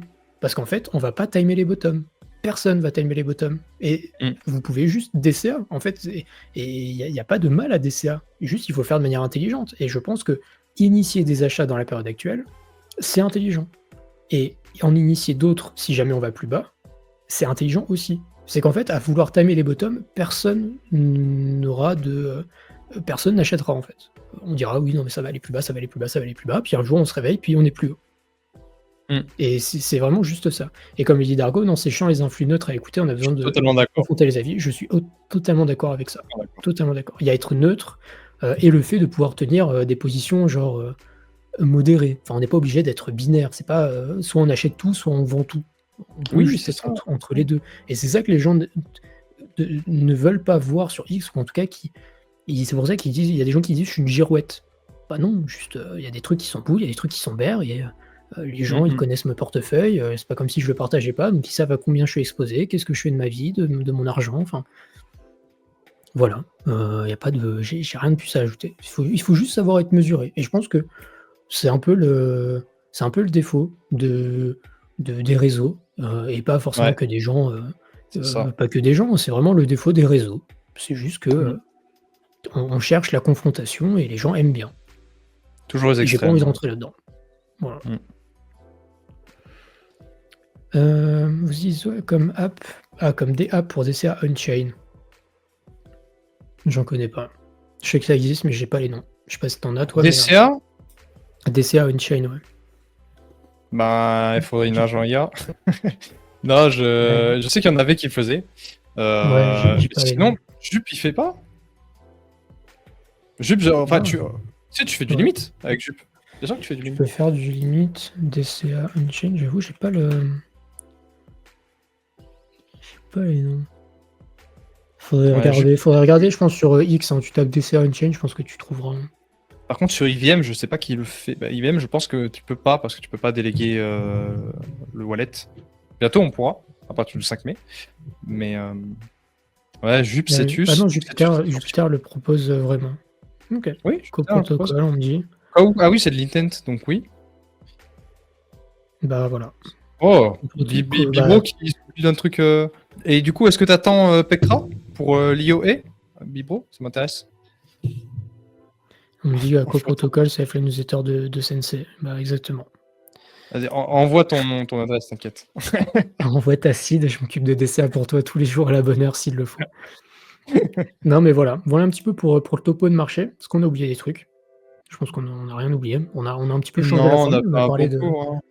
On a parlé de la macro, des charts en premier, parce que je pense que c'est important, surtout dans la période actuelle où ça saigne, où vraiment, enfin pour le coup où ça saigne vraiment. Je pense que c'est important de regarder un petit peu ce qu'on a sous le coude. Et Foxy, j'ai pas oublié ton post. J'essaie juste de comprendre en même temps que je fais l'émission et c'est pas facile. Pas facile, hein. Après, si tu veux, je peux balancer des news et tu cherches à comprendre. Ah ouais, bah de toute façon, on va commencer. Puis on verra à la fin. Je me lance full time sur ça après mon projet de fin d'études. Bah félicitations. Je te souhaite beaucoup de courage. C'est pas facile de créer des apps. C'est clair.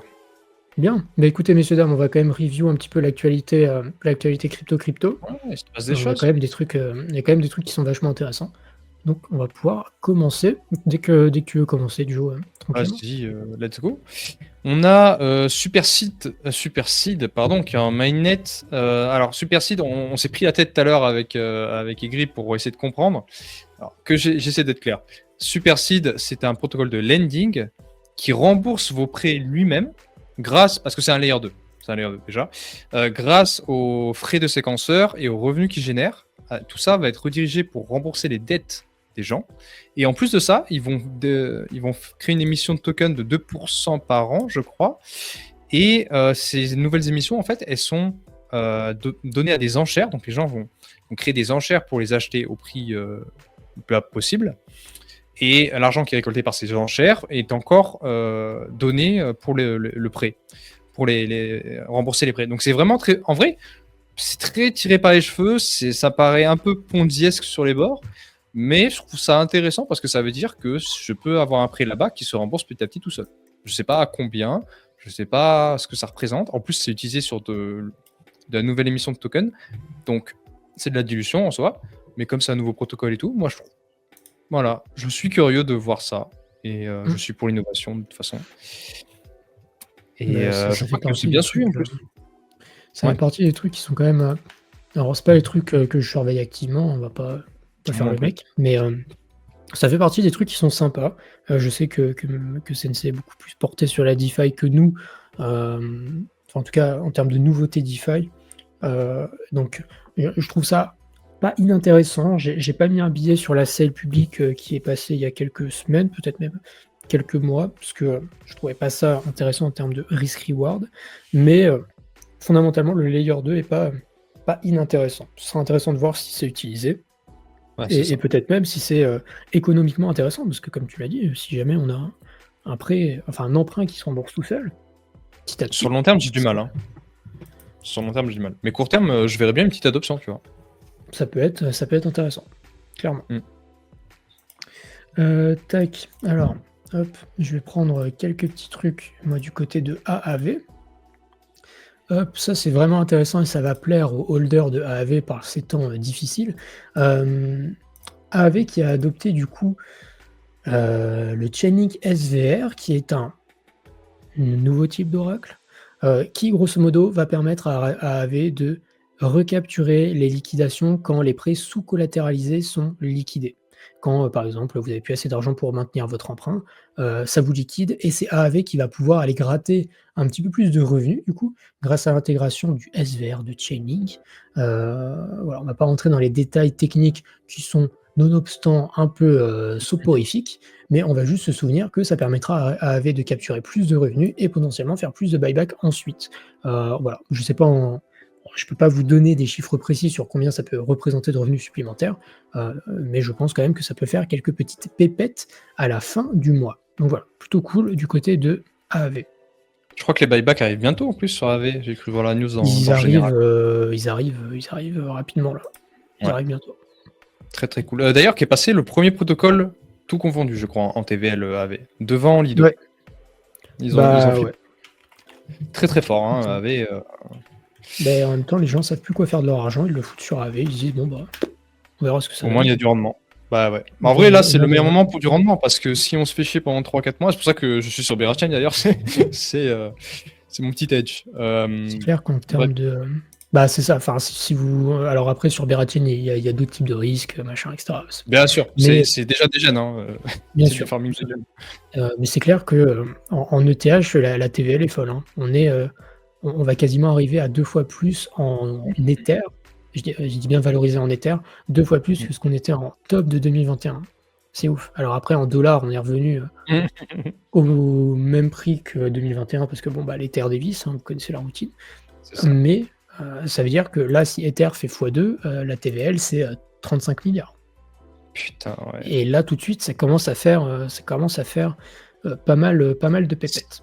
Ça fait partie du top 30 banques mondiales, il me semble. Déjà à l'époque, c'était il y a quelques mois, il me semble. Donc là, c'est...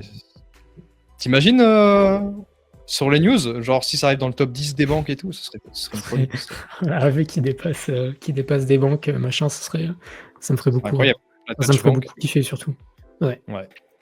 Tac, qu'est-ce qu'on a nous Autofun du coup qui est le launchpad à Jean-Ya de AI16Z, qui enfin montre un peu sa token mix. En fait, ils vont utiliser un petit peu comme le faisait Virtual, je crois. Ils utilisent du coup les revenus pour faire du buyback et voilà, les trading fees, tout ça. Donc c'est cool, ça va enfin donner une utilité au AI16Z, même si actuellement, parler des agents IA, c'est un peu tendu. C'est vraiment la narrative qui prend cher. Mais voilà, ça avance de ce côté-là. On a Eveil, pareil, du côté un peu des gens qui qui sortent d'entre les morts, qui nous montre sa roadmap à 10 gigas. Donc voilà, on a la roadmap 1 giga de chez Celestia. Il a dit Hold My Beer, moi c'est 10 gigas. Comment résumer ça? C'est long, c'est chiant. Et puis au bout d'un moment, on se rend compte qu'ils y arriveront quand j'aurai des gamins, quoi. Actuellement, ils sont à 8 mégas. C'est pour vous dire, ils sont à 4 mégas. Donc il y a beaucoup de travail. Et voilà, c'est beaucoup de promesses comme d'habitude. Et pour le moment, il n'y a pas d'adoption du côté d'Avail, donc c'est pas un acteur que j'apprécie particulièrement, même si il y a de l'effort. Voilà. Je dirais un 5 sur 10 pour l'effort. Un 5 sur 10 pour l'effort. Merci pour ça. Avec plaisir. Tac. Mince, j'ai oublié d'ouvrir quelques petits liens. Paf, paf, paf. On va aller faire un petit tour du côté des instits. Messieurs, dames, PayPal qui a ajouté le support de Solana et de Chainlink pour ses clients aux États-Unis.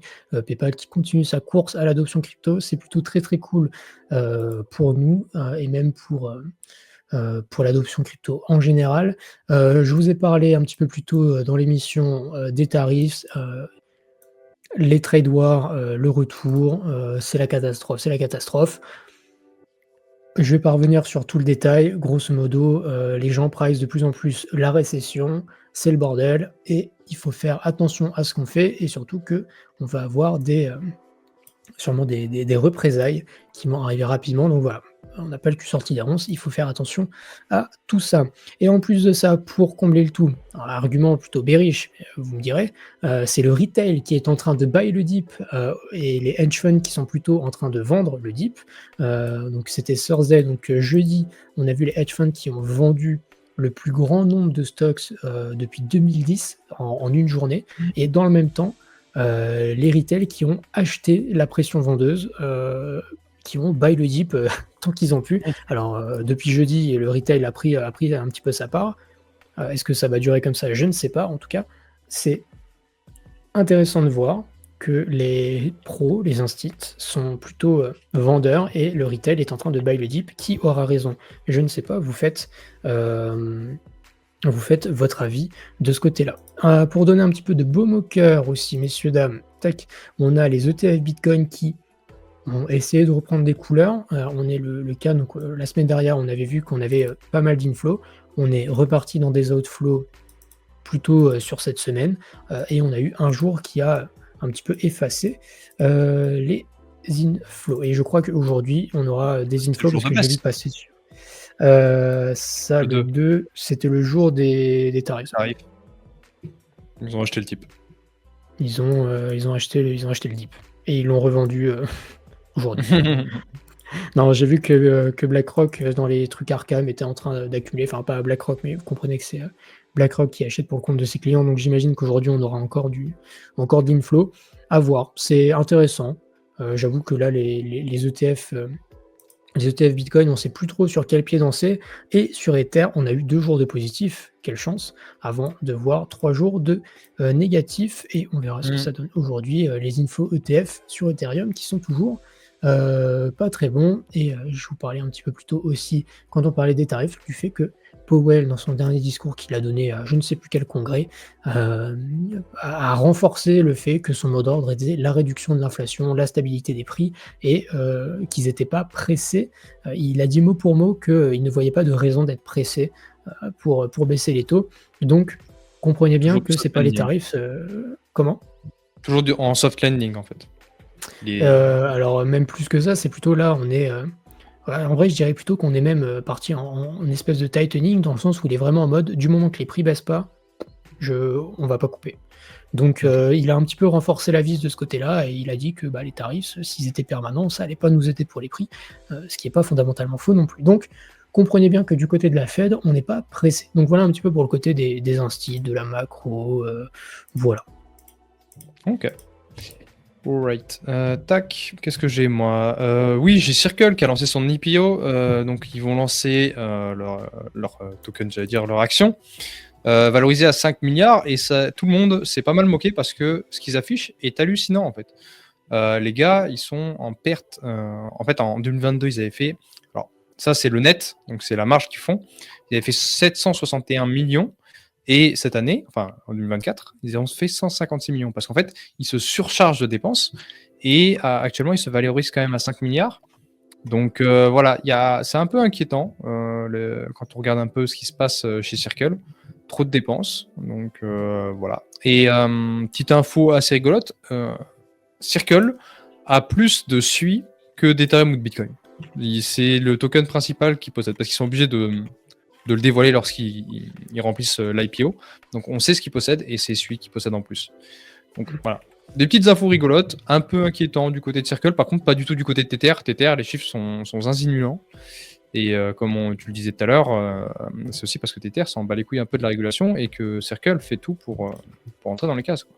Et ça coûte cher. Absolument. Ça coûte cher d'être régulé, les enfants, vous le saurez. Si jamais vous lancez un stablecoin, pensez à mettre un peu de sous de côté de mamie à Noël parce que ça coûte des ronds d'être régulé. Voilà. Ensuite, du côté...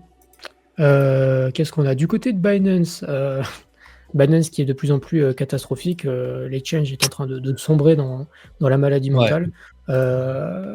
Ils ont listé des trucs à la con, genre récemment des shitcoins, des Mubarak, des trucs sur la BSC, etc. Bon, déjà, c'était déjà assez insinuant. Et en plus de ça, ils ont délisté sur Binance des tas de shitcoins. Alors, il y a eu deux choses. Ils ont délisté des tas de shitcoins et ils ont fermé, enfin, ils n'ont pas prévenu les gens, donc du coup, il y a eu des tas de liquidations. Là, vous voyez que des tas de meme coins, de trucs, etc., dans tous les sens se sont mangés en fait des grandes messes de liquidation.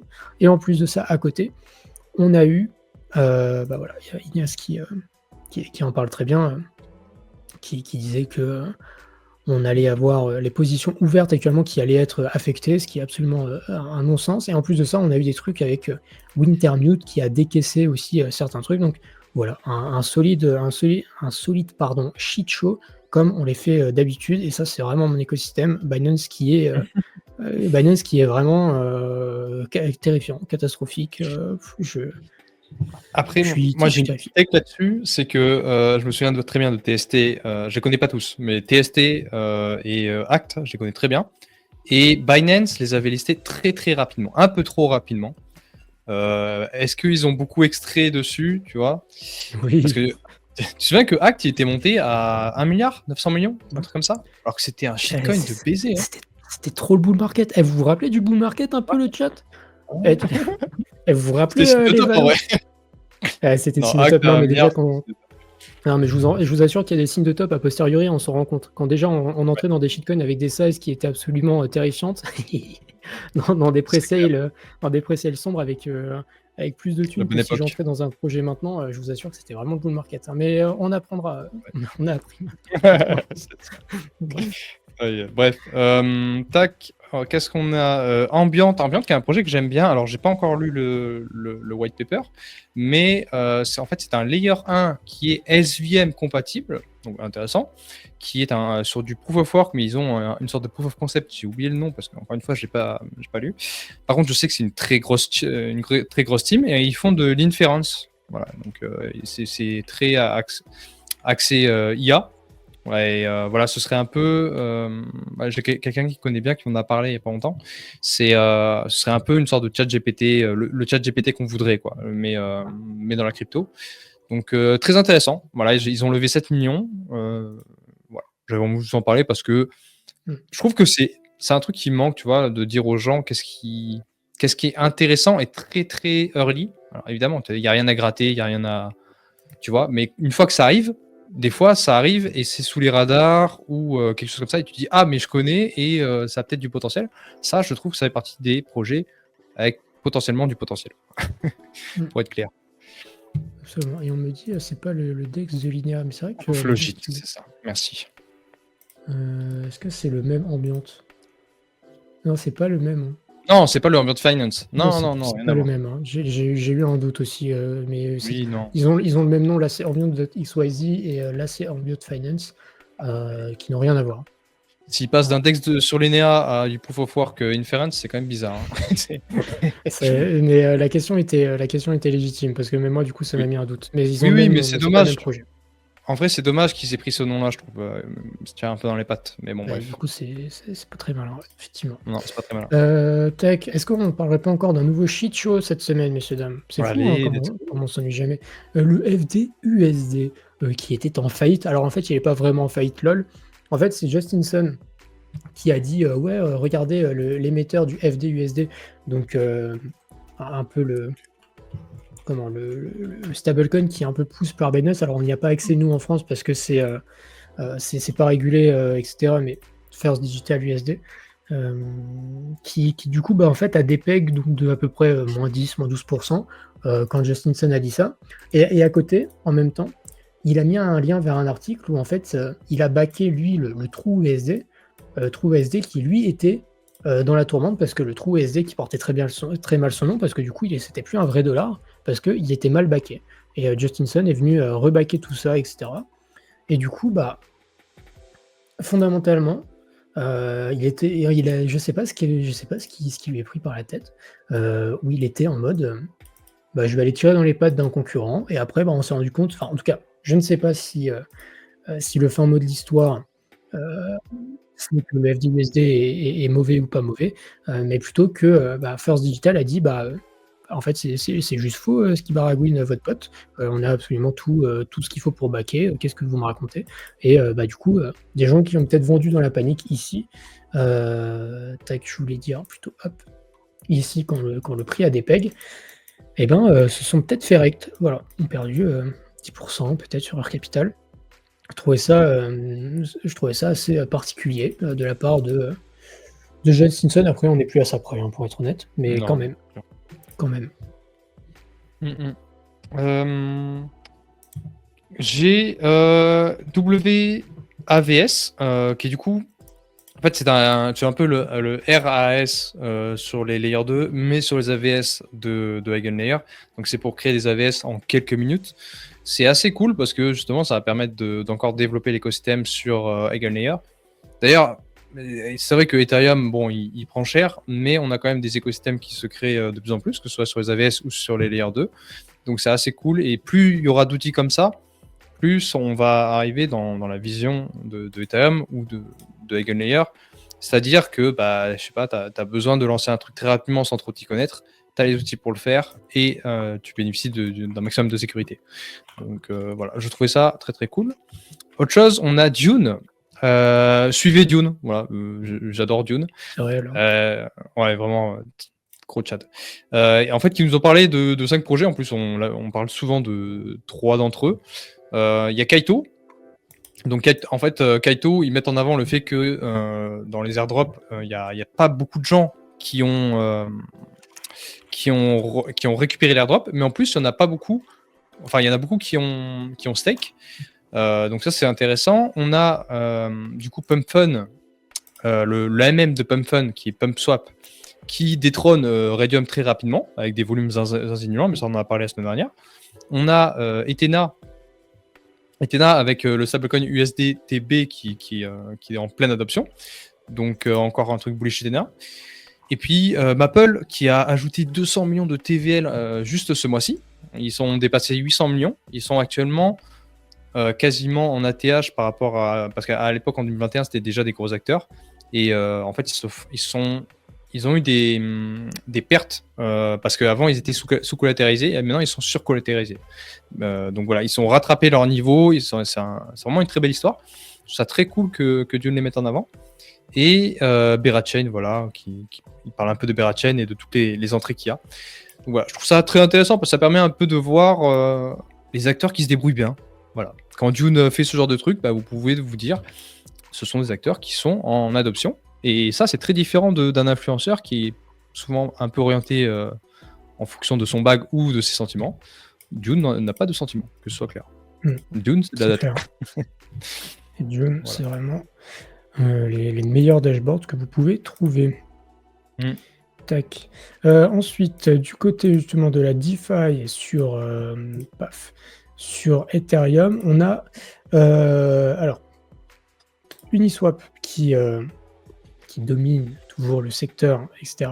Mais ce qui est plutôt intéressant de noter, c'est plutôt le fait qu'on a rapidement des acteurs comme Fluid, que tu connais très bien, Joe, parce que c'est pas la première fois que tu en parles, mais des acteurs comme Fluid qui prennent beaucoup de place rapidement dans les volumes. On voit que Fluid en bleu clair commence à être vraiment intéressant depuis la mi-février et que c'est déjà 25% de la market share des DEX.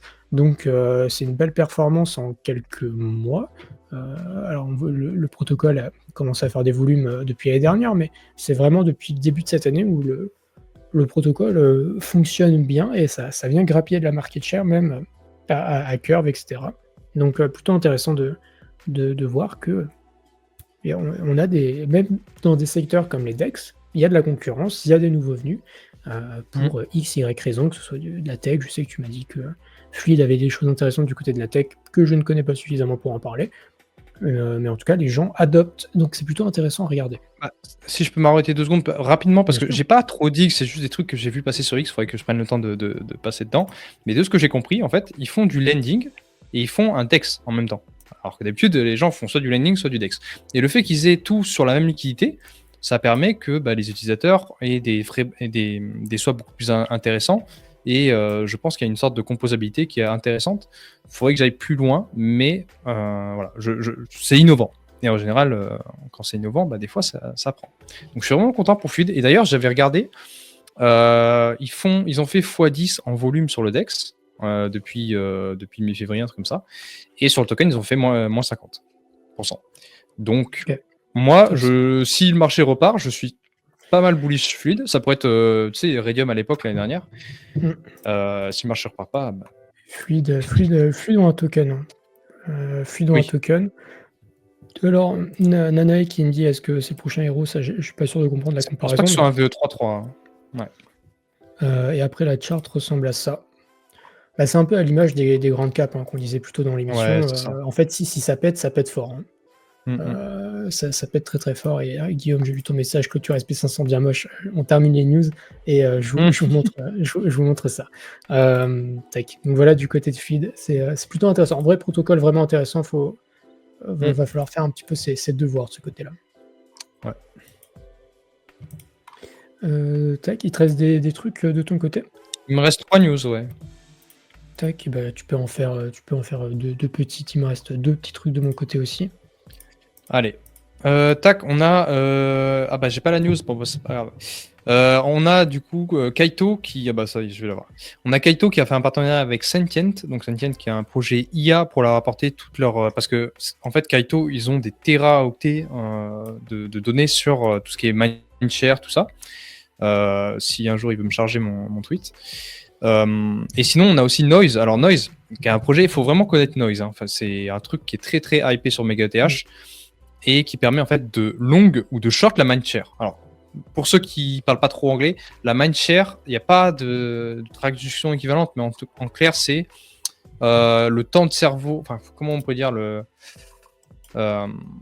T'aurais un truc pour. Ouais, la mindshare, c'est le. Mindshare, c'est genre la part de cerveau, quoi.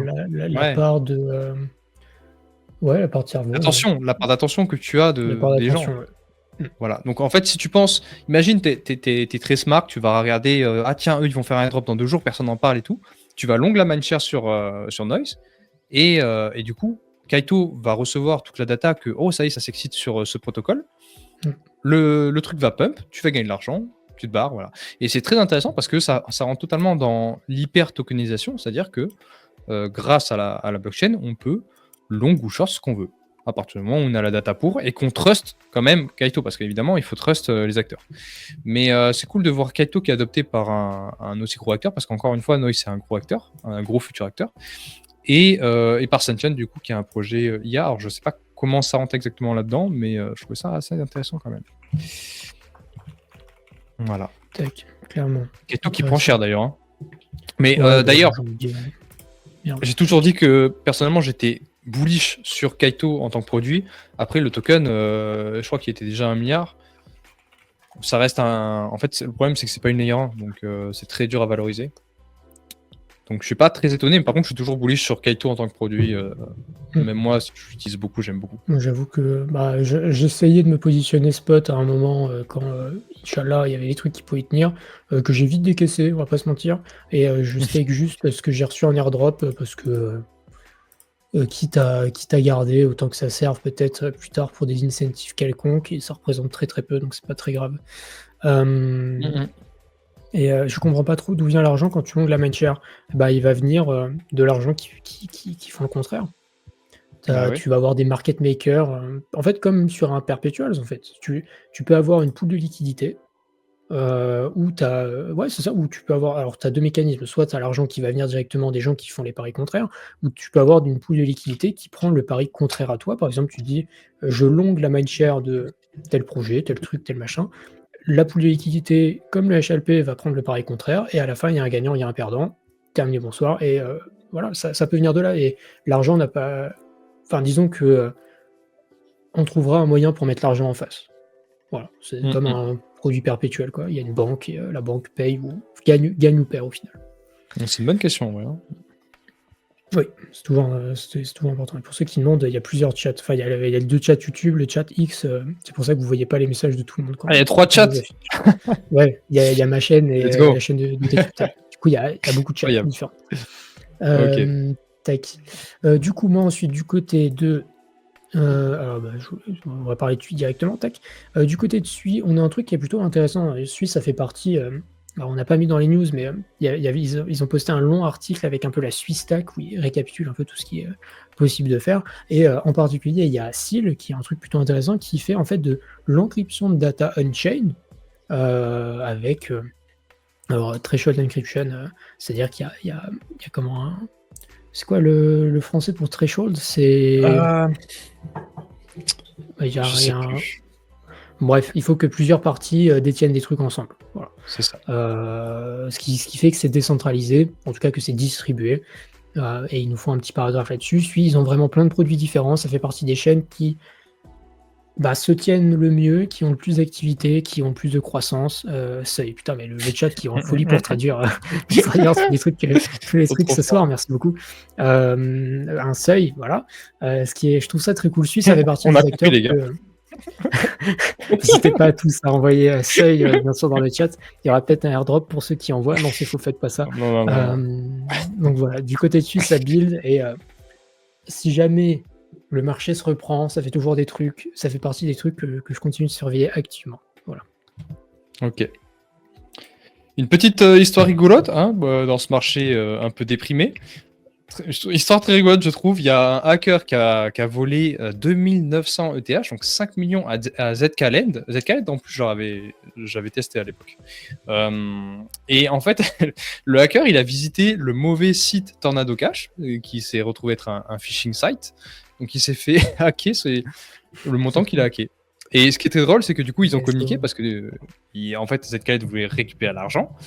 Et le hacker a dit: «Désolé, j'ai perdu votre argent, je suis vraiment désolé, je me suis fait aussi hacker». Je trouve ça tellement drôle. En fait, légendaire, j'adore. tu vois à quel point c'est un Far West. Parce que même les voleurs se font voler, c'est une folie. Je C'est je suis vraiment choqué. grotesque, hein.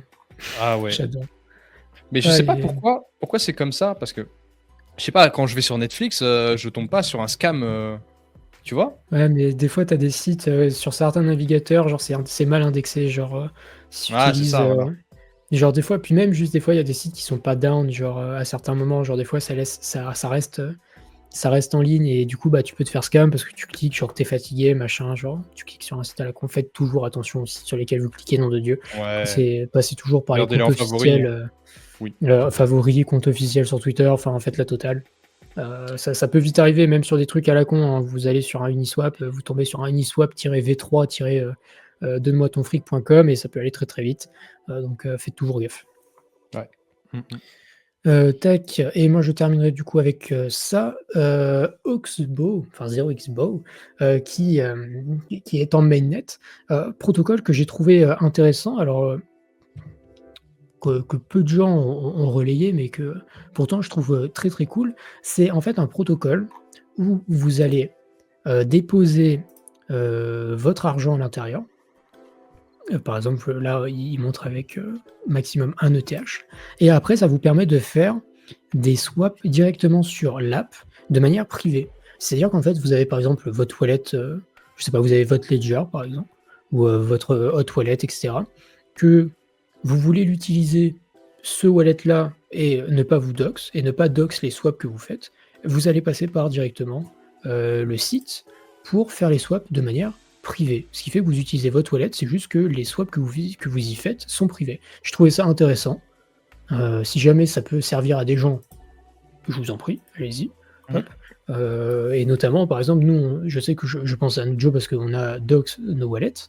Typiquement, on pourrait passer par ce genre de truc si jamais on avait envie de prendre des positions sur des actifs risqués, des actifs qu'on n'a pas envie de partager aux gens, et sur ces wallets-là parce que c'est plus simple, etc. Enfin, voilà. Et puis même si juste vous avez envie d'avoir de la vie privée, vous avez le droit avec ce genre d'outil.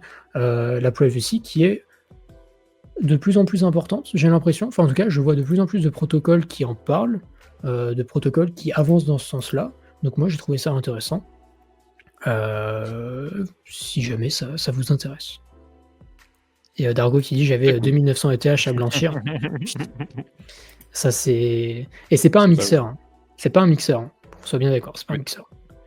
Je sais qu'il y a un mixeur légal sur Ethereum que Vitalik avait partagé, mais ça c'est pas un mixeur. C'est pas Razor, un truc comme ça? Razer? Je me souviens plus du nom. C'est pour ça que je peux pas le dire, mais je me souviens plus. Ouais. Non, Raygun. Enfin, oui. Je crois que c'est ça. Je crois. Oui, c'est ça, c'est Raygun. Oui, c'est ça. Exact. Donc voilà.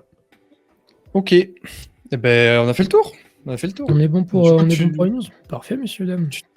Tu nous montres cette mauvaise mèche? Non, mais après, ça dépend ce que vous voulez vraiment regarder. Enfin, genre là, à droite, vous avez le Solana en 5 minutes où je me suis fait SL, par exemple. Bon, bah, après, ça, c'est vraiment le risque du métier. Écoutez, qu'est-ce que vous voulez que je vous dise? Puis après, bon, bah, on a peut-être le SP500 qui nous a envoyé une mèche assassine pour clôturer la journée. Vraiment, on a fait une mèche pleine. Juste pleine. Moins 6% sur la journée, mèche pleine. Tu vois, je te disais qu'on était sur les niveaux d'août quand on a commencé l'émission. On a break le niveau d'août. Donc, bah là, ça commence à être tendu. Après, on est rentré dans l'extreme peur, donc je veux dire, on peut faire ça, tu vois. Genre, on peut ouvrir lundi prochain ici, et puis repartir comme ça, tu vois. C'est marrant parce que moi, j'utilise Vantage sur TradingView, et elle est pas pleine sur Vantage. Tu parles de laquelle? Ah, mais tu parles du parce que les futurs sont pas encore clôturés. Mais la mèche reste la même. Là, c'est le marché qui a clôturé il y a quelques minutes. Et du coup, sur les futurs, on a continué de baisser un peu après. Donc voilà, on est plus bas que la clôture officielle. Et les produits dérivés, eux, continuent un petit peu de pousser vers le bas. Donc on verra. Hein, ça se trouve, les futurs vont terminer. Ça se clôture dans pas très longtemps en plus.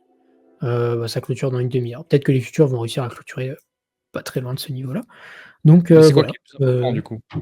C'est les futurs ou c'est quoi le plus important? C'est les futurs Alors très honnêtement, les deux sont à prendre. Ça dépend un peu comment. Ouais. Ça dépend un peu comment ça réagit en fait. Si par exemple là les futurs clôturent au niveau d'août, bon bah potentiellement vas-y c'est juste horrible, etc., etc. Mais bon là la clôture du pas perpétuel elle est assassine. Hein. La bougie weekly elle est d'une douceur, elle est d'une saveur, messieurs dames.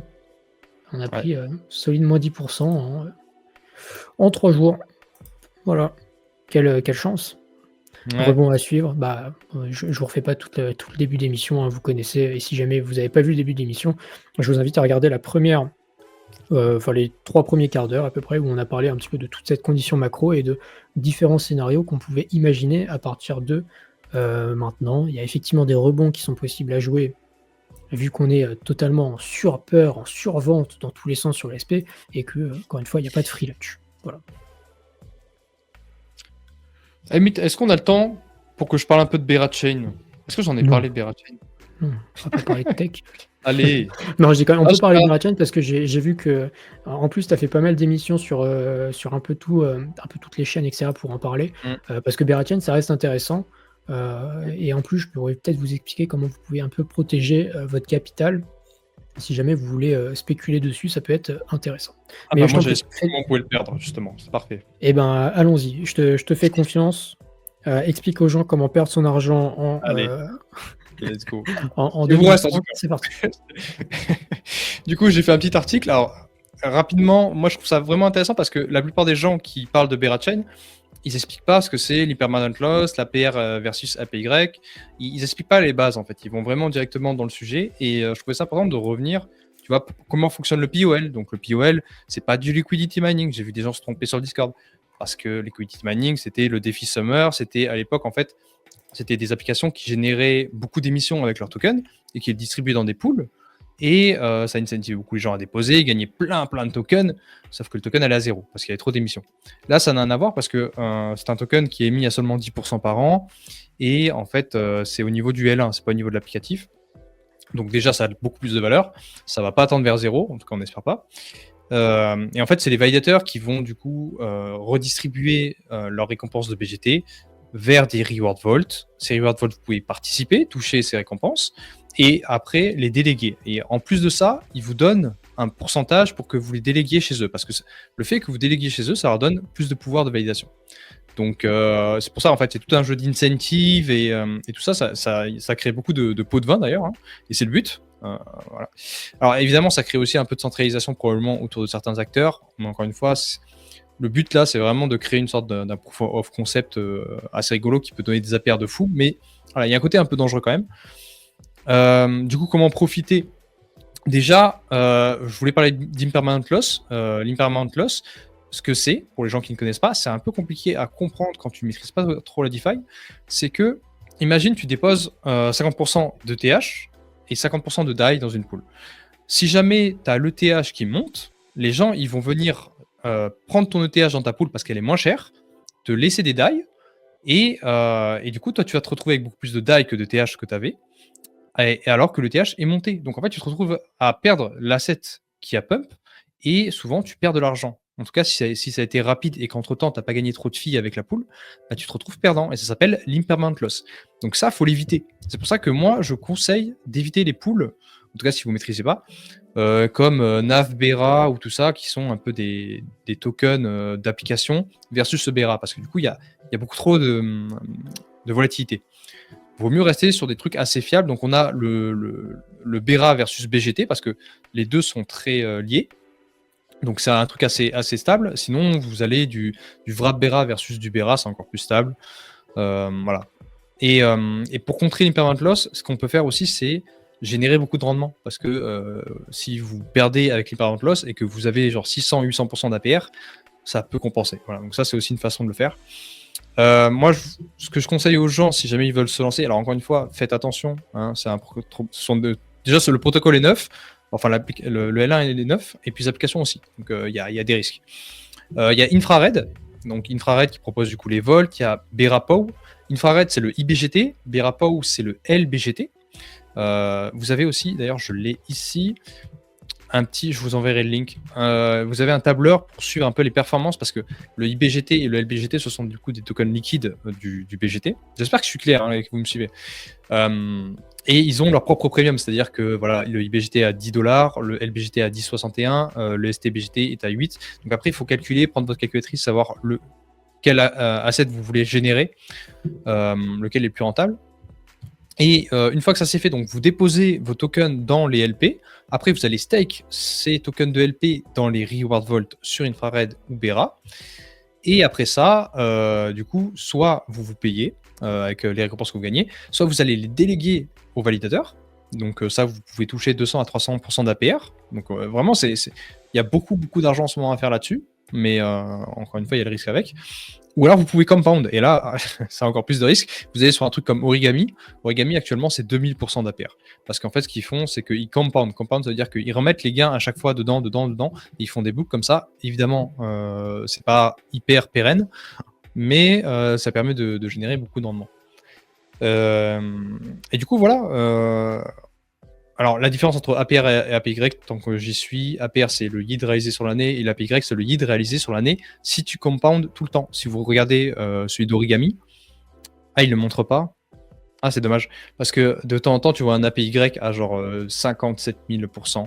Donc ça, c'est seulement si tu compounds vraiment tous les jours. Tu arrives à des sommes qui sont délirantes, mais tu le feras jamais, parce que de toute façon, l'APR descend.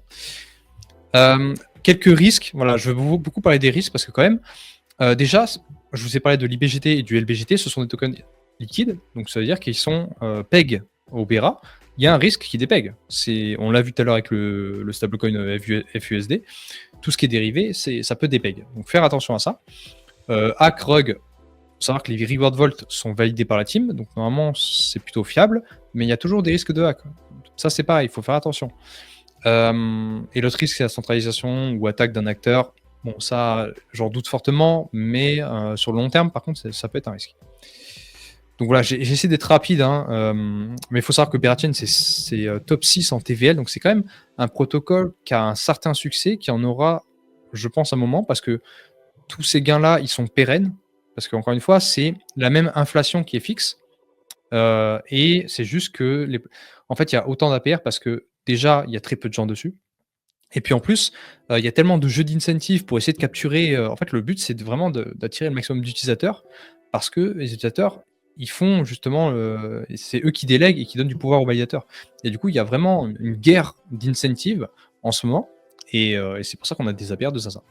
Et voici 2-3 personnes que vous pouvez suivre si vous voulez, si jamais vous voulez un peu plus d'infos. Ce sont de très bons gars qui connaissent probablement Berachain beaucoup mieux que moi. Donc voilà, j'avais juste envie de parler en large.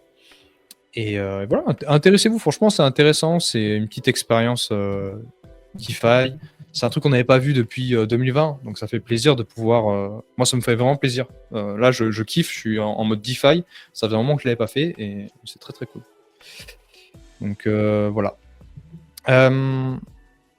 Petite question, il y a de l'impermanent loss que dans les concentrated pools, car si tu mets pas de range, tu gardes les mêmes pourcents. Bah non, justement, enfin, je suis pas un pro de la DeFi, mais pour moi, c'est justement quand tu mets un range que tu t'évites de l'impermanent loss, parce que si tu sors du range, du coup, tu fais plus partie de la pool, et du coup, tu ne subis plus l'impermanent loss. Quand c'est pas concentré, justement, tu as subi de A à Z. J'étais Oui, pardon, vas-y. j'étais en train de parler tout seul. Mais en fait, tu l'as subi dans les concentrated, vas-y, dans les pools concentrés, là, pas grave. le mot là. Il est tard, d'accord, ça va. Ouais. Dans les pools concentrés, en fait, vous allez définir votre range. Par exemple, vous dites, je vais prendre par exemple avec Ether USDC. Vous dites, bah moi je me mets dans le range 1800 USD pour un Ether jusqu'à 2200 USD pour un Ether. Et quand l'Ether va passer en dessous, quand les USDC vont passer en dessous des 1800 ou au-dessus des 2200, vous allez déjà être out. En fait, ça vous sort automatiquement. Vous n'avez plus l'impermanent loss. Du coup, vous décidez de la range dans laquelle vous êtes à l'aise avec le fait d'avoir de l'impermanent loss à la hausse ou à la baisse. Tandis que sur les pools entières, vous allez la manger sur la totalité de la pool. C'est-à-dire que vous êtes exposé tout le temps. Donc, les pools concentrés sont un peu plus safe si jamais vous voulez éviter l'impermanent loss, mais ça va avec d'autres considérations. Mais j'ai compris sa question. En fait, la question c'était est-ce qu'elle peut pas aller sur des pools concentrés? Mais je sais pas si ça existe encore sur Berachain. Je suis pas sûr. Hein. Bah, j'étais en train de regarder sur Kodiak. J'avoue que j'ai pas trouvé. Mais comme le disait très bien Joe, hein, il y a des trucs qui payent 1000% d'APR, mais qui sont des shitcoins, etc. Voilà. Faut faire. C'est pour ça que Joe vous dit, par exemple, les ST BGT Bera, les IBGT Bera, ça paye 200% APR, c'est déjà pas mal. Et comme Joe l'a dit, c'est que aujourd'hui, par exemple, vous pouvez aller farmer le rendement, et quelque part, si le prix du Bera baisse, si on considère que le prix, si l'APR est fixe, quelque part, ça vous donne un peu la perte maximale. C'est-à-dire que si vous perdez genre 50% sur le prix du Bera, bah, vous êtes toujours en gain, parce que l'APR vous fait gagner plus que ce que vous perdez. Mais par contre, l'APR peut baisser. Et dans ce cas-là, vous allez juste perdre des sous. Donc c'est pour ça que typiquement, il y a des gens qui prennent les Bera, les foutent dans les pools, et ensuite vont aller shorter l'équivalent de leur position spot sur un exchange quelconque, où ils mettent, par exemple, vous avez déposé 200 Bera sur... je sais pas, Kodiak, ils vont shorter les 200 Bera équivalents et en fait ils perdent jamais sur ce qu'ils mettent dans la pool ici et ils vont gagner juste le rendement qu'ils vont aller vendre après. Et c'est pour ça que notamment c'est très juteux d'être long sur le Bera et de farmer les fundings en delta neutral parce que en fait tout le monde short et c'est ce que je fais. Bon là, mais c'est des pertes qui sont compensées par des gains spot et des gains sur d'autres plateformes. Donc fais pas gaffe, je suis pas en train de perdre de l'argent, tout va bien, c'est vraiment du delta neutral. Mais typiquement, genre là, je pourrais ouvrir un long sur Bera, un short sur Bera, sur une autre plateforme, et en fait gagner les fundings, parce que les fundings sont très souvent très bas, parce que les gens shortent massivement. Et après, il y a des gens qui vont arbitrer ça et qui longuent pour équilibrer le prix et vous faites payer comme ça. Donc, si jamais vous voulez farmer l'APR sans perdre d'argent sur votre prix, vous pouvez aller vous shorter, enfin vous pouvez aller vous hedger sur des produits perpétuels et vous allez gagner le rendement que vous aurez de base. Voilà. Et c'est juste que vous êtes désexposé à la volatilité du Bera, ce qui est une stratégie que je trouve intéressante. Voilà. 150% APR, ça fait quand même un petit billet, quoi. Ouais, mais sur Berapo ou Infrared, t'es à beaucoup plus que ça parce que je joue des incentives encore plus. Donc t'es vraiment sur du 400, 600. C'est un peu insane. Hein.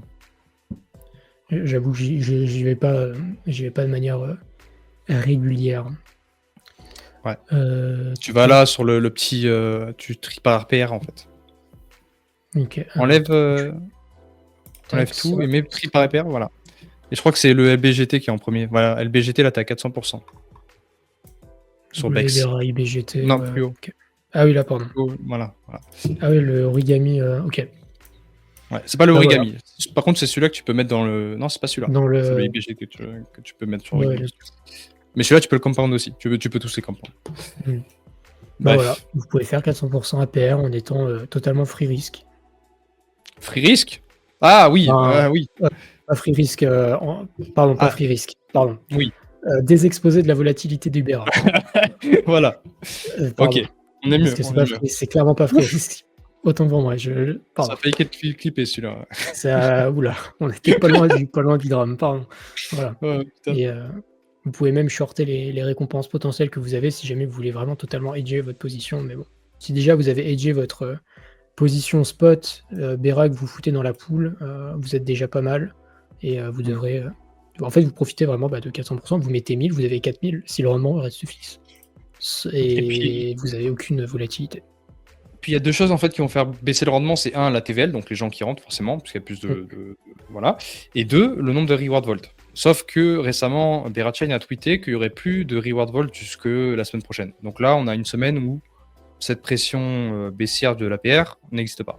Donc c'est plutôt cool. Et la pression TVL, franchement, je la vois pas trop, quoi. Hein. Les gens, ils continuent de fade encore. Ça a l'air d'être assez faible. Pourtant, je me disais qu'avec le prix Tibet, je me dis que les gens vont aller plus moi aussi. Pour foutre leur argent. Et il faut quand même se rendre compte que 400% APR, c'est quand même 7% par semaine. Dit comme ça. Ouais, non, c'est fou. Bah, c'est x5. Hein, c'est 460, c'est 460 divisé par 52, c'est 8,84 par semaine. Ouais. Non, mais ça n'a aucun sens. Voilà. Hein. Vous faites ce que vous voulez. D'ailleurs, c'est pas moi qui dis. Apprécier, hein, parce que ça n'a jamais existé dans l'histoire de l'humanité de pouvoir faire ce genre de rendement. Ce sera pas durable. Et ce sera jamais durable. Ce sera pas aussi grand pendant des millénaires. Donc, si jamais vous avez envie de faire un billet, encore une fois, si jamais vous avez le capital pour vous hedger, bah allez-y, j'ai envie de vous dire. Si jamais ça vous intéresse, etc., ça peut être une bonne manière de faire quelques pépettes pour buy le prochain dip ou acheter du Bitcoin. On n'a jamais assez de Bitcoin, pardon. Donc, ouais. Il y a Koshimi, je sais pas comment dire ça, qui a dit que la custom V3 sur Kodiak avait les poules concentrées. Donc j'ai pas vérifié, mais je te crois. Okay. Mais apparemment les rendements sont pas ouf. Okay. Sur le Cosmic, ça a l'air d'être à balle. Ok, je fais entre 10 et 30 $ par jour. Exceptionnel. Ça, t'imagines, c'est de l'argent que tu dors, tu le relèves le matin et il est là, quoi. C'est pas la force de travail. Donc franchement, c'est monnaie beau. Monnaie magique d'Internet. Peut-être que je vais aller faire ça. Mais le problème, c'est que je suis trop concentré moi, sur le fait d'aller farmer les futures backpack. D'ailleurs, j'ai fait un post tout à l'heure sur Discord pour expliquer pourquoi est-ce que j'étais ultra bullish sur... je te l'ai dit en off, pourquoi est-ce que j'étais ultra bullish sur Backpack et pourquoi est-ce que j'étais content de pouvoir le partager aux gens, parce qu'il faut se rendre compte que Backpack aujourd'hui, ça se farme pas en France, ni en Europe, de manière ouverte à tous, parce que les KYC doivent être validés manuellement, etc. Je vous ai fait un mini calcul. Alors attendez, je vais peut-être juste partager directement mon écran avec le Discord. Tac, tac. Fenêtre. Est-ce que j'ai mon Discord avant qu'on change de sujet, tant que vas-y, je pense, il y a Hugo justement qui est dans le chat, qui a fait un super dashboard. Franchement, c'est vrai. Il me plie. Ouais, pour calculer justement les rendements. Et ce qui est vraiment intéressant sur son dashboard, attends, je vais vous montrer comme ça. Je t'en prie. Et puis je vous envoie le lien après. En fait, ce qui est intéressant avec son dashboard, c'est qu'il prend en compte la dévaluation de l'APR. Donc en fait, tu peux calculer selon ce que tu penses s'il n'y aura pas d'évaluation, il y en aura hein, évidemment, et à quel point elle aura lieu et ce que tu donneras. Parce que en fait, 400% d'APR, forcément, on va pas les tenir sur un an. Donc, si jamais tu arrives à calculer que, je sais pas, ça va baisser de 50% par an, tu peux calculer beaucoup mieux et beaucoup plus proche de la réalité. Et je trouvais son outil vraiment très très cool. Donc, voilà, je vous l'envoie. Encore un vrai GOAT.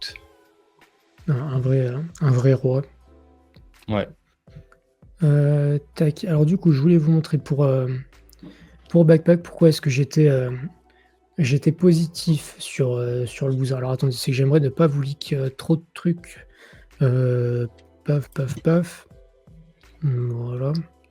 Je vais juste vous montrer ça et après je vous montrerai un peu. Pire, j'ai rien à cacher. Je remercie les gens qui utilisent d'ailleurs mon référal. Bah, après, vous êtes obligés d'ailleurs, mais je vous remercie quand même parce que je sais qu'il y a une personne qui se reconnaîtra, qui fait énormément de volume sur Backpack et je lui ai proposé de lui renvoyer l'argent des fees que je touchais et il a refusé. Donc, je vous ferai sûrement ça gagner en giveaway, un de ces 4, je pense, parce que ça reste votre argent et que je peux le farmer avec mon propre pognon et que ça marche très très bien. Bref, du côté de Backpack, pour le moment, tout ce qu'on sait, c'est qu'on est dans les saisons 1. Dans les saisons 1 ici, on sait il y a 10 millions de points. Tac. Il y a 10 millions de points qui sont donnés chaque semaine pendant 10 semaines, qui aura certainement des saisons supplémentaires. Pour le moment, c'est qu'il y a une saison, on suppose qu'il y en aura d'autres après. Donc, je pars du principe que dans mon calcul, on va doubler le nombre de points minimum. Ça se trouve, c'est triplé, quadruplé, etc. Mais vous verrez que je suis parti dans un scénario de base, donc, et que de toute façon, c'est difficile à évaluer en tant que tel. Il faut savoir que Backpack, c'est un exchange qui a racheté FTX UE. C'est-à-dire qu'ils vont avoir tous les clients de feu FTX parce que, notamment les gens de chez FTX UE, ils vont claim sur Backpack. Genre, c'est Backpack qui a récupéré le fonds de commerce de FTX. Ils ont racheté les licences, etc., les clients, etc. Donc, je m'attends à ce que Backpack, ce soit quand même un produit assez huge, parce que c'est quand même des communautés assez huge. Le CEO est ultra intéressant et a une vision de zinzin qui est Armani Ferrante. Je sais pas s'il faut prononcer avec un accent particulier, mais je suis pas sûr. Je me permets. Bref, Armani Ferrante, tac. CEO, qui est quelqu'un qui est vraiment ultra passionnant à lire et ça se voit qu'il aime ce qu'il fait, donc voilà. Donc je me dis que potentiellement c'est un exchange qui peut aller facilement taper au-dessus de Chronos et de OKX par exemple. Donc, et aller toucher Binance peut-être plus loin plus tard. Donc je me dis que déjà partir avec un scénario genre de 20 milliards de FDV, ça reste genre OK tiers. Ah, 20 milliards En off, tu m'as dit 20 millions. Hein. Non, mais il est con, lui. Ah si, tu m'as dit 20 millions. Je me suis dit, Non, ah je ouais, t'ai pas dit 20 il millions. pas. Si, tu m'as dit 20 millions. Mais non, mais genre Backpack, FTX, ça valait. Bah, c'est pour ça que j'ai pas compris. Bah non, bah pas 20 millions. Pour moi, c'est 20 milliards. Donc c'est pour ça que je pense que ce sera un gros exchange. Et je pars du principe que ce sera un gros exchange. Donc voilà. Et combien d'users sur l'exchange, je sais plus, patate, pour être honnête à l'heure actuelle. Bref, du coup, j'ai pris 20 millions en cas de base. Tu vois, t'as dit 20 millions. On se dit 20 milliards. Là, c'est clippé. 20 milliards. Si on prend 20 milliards et qu'ils airdrop 10%, ça se trouve ils airdrop plus, ça se trouve ils airdrop moins. En fait, c'est compliqué à évaluer parce qu'ils peuvent airdrop 20% d'une FDV plus petite et au final, on revient au même point. Donc, il y a un moment où il faut essayer de prendre des calculs et ça ferait donc 10 $ le point. Voilà, c'est en première approximation. Et même si on divise par 10 le point, je vous assure que c'est rentable de farmer Backpack parce que j'ai pas mis, pour avoir mes points là, j'ai pas mis autant de points que ce que je mets en dollars. Donc au pire, juste on multiplie les frais que vous dépensez. Genre là, pour avoir 1500 points, j'ai cramé genre, je sais pas. En plus, j'ai fait n'importe quoi à un moment donné, donc j'ai cramé du frais parce que je faisais passer des ordres market alors qu'on peut largement baisser les ordres si on fait des ordres limites. J'ai fait genre 70-80 $ de frais, tu vois. Sachant qu'en plus de ça, si vous êtes un peu trader, vous payez les frais tout seul, quoi. Genre moi, mes trades, ils me payent les frais tout seul. Je laisse tourner des shorts un peu plus longtemps quand ça pue et je me paye moi-même les frais. Donc, si vous avez un peu du jeu, vous gagnez pas trop. Enfin, vous n'allez pas perdre énormément. Et je peux vous montrer rapidement. Tac, on va cacher ça. Et en fait, ce que je fais, c'est que j'utilise le spot. Vous voyez qu'ici, j'ai de l'ETH. Hop, j'ai de l'ETH. Alors, vous voyez pas les balances, mais j'ai de l'ETH spot du Bitcoin spot. Je mets ça en lending. Tac. Voilà, je mets mon BTC en lending. Et ensuite, je vais emprunter différents stablecoins. Ensuite, je fais les swaps. Et en plus, on peut vraiment faire du levier sur le lend sur la lending aussi. plateforme? Ouais. C'est fou ça. Ouais. Ok. On peut lend et on peut borrow en surcollatéralisant. Enfin, en sous-collatéralisant, pardon. Tu peux faire du. Tu peux emprunter plus que ce que tu déposes. Et du coup, ça me permet d'avoir encore plus de stablecoins qui permettent de prendre des positions sur les futurs qui sont plus élevées. Et après, ces positions futures-là que je prends, je vais les hedger sur Vest. Vest que je vous ai déjà parlé, où je prends la position contraire et ça fait que je perds jamais sur mon trading. Et juste, j'ouvre des positions qui sont conséquentes et alors attendez, tac, je vais me mettre sur ce wallet là et je farm. En fait, je farm les deux plateformes en même temps. Et je perds jamais d'argent, sauf les frais. Et après, il faut être OK avec le fait de cramer des frais. Ça, on en revient, vous farmez pas des airdrops avec zéro, surtout sur les perros du perpétuel.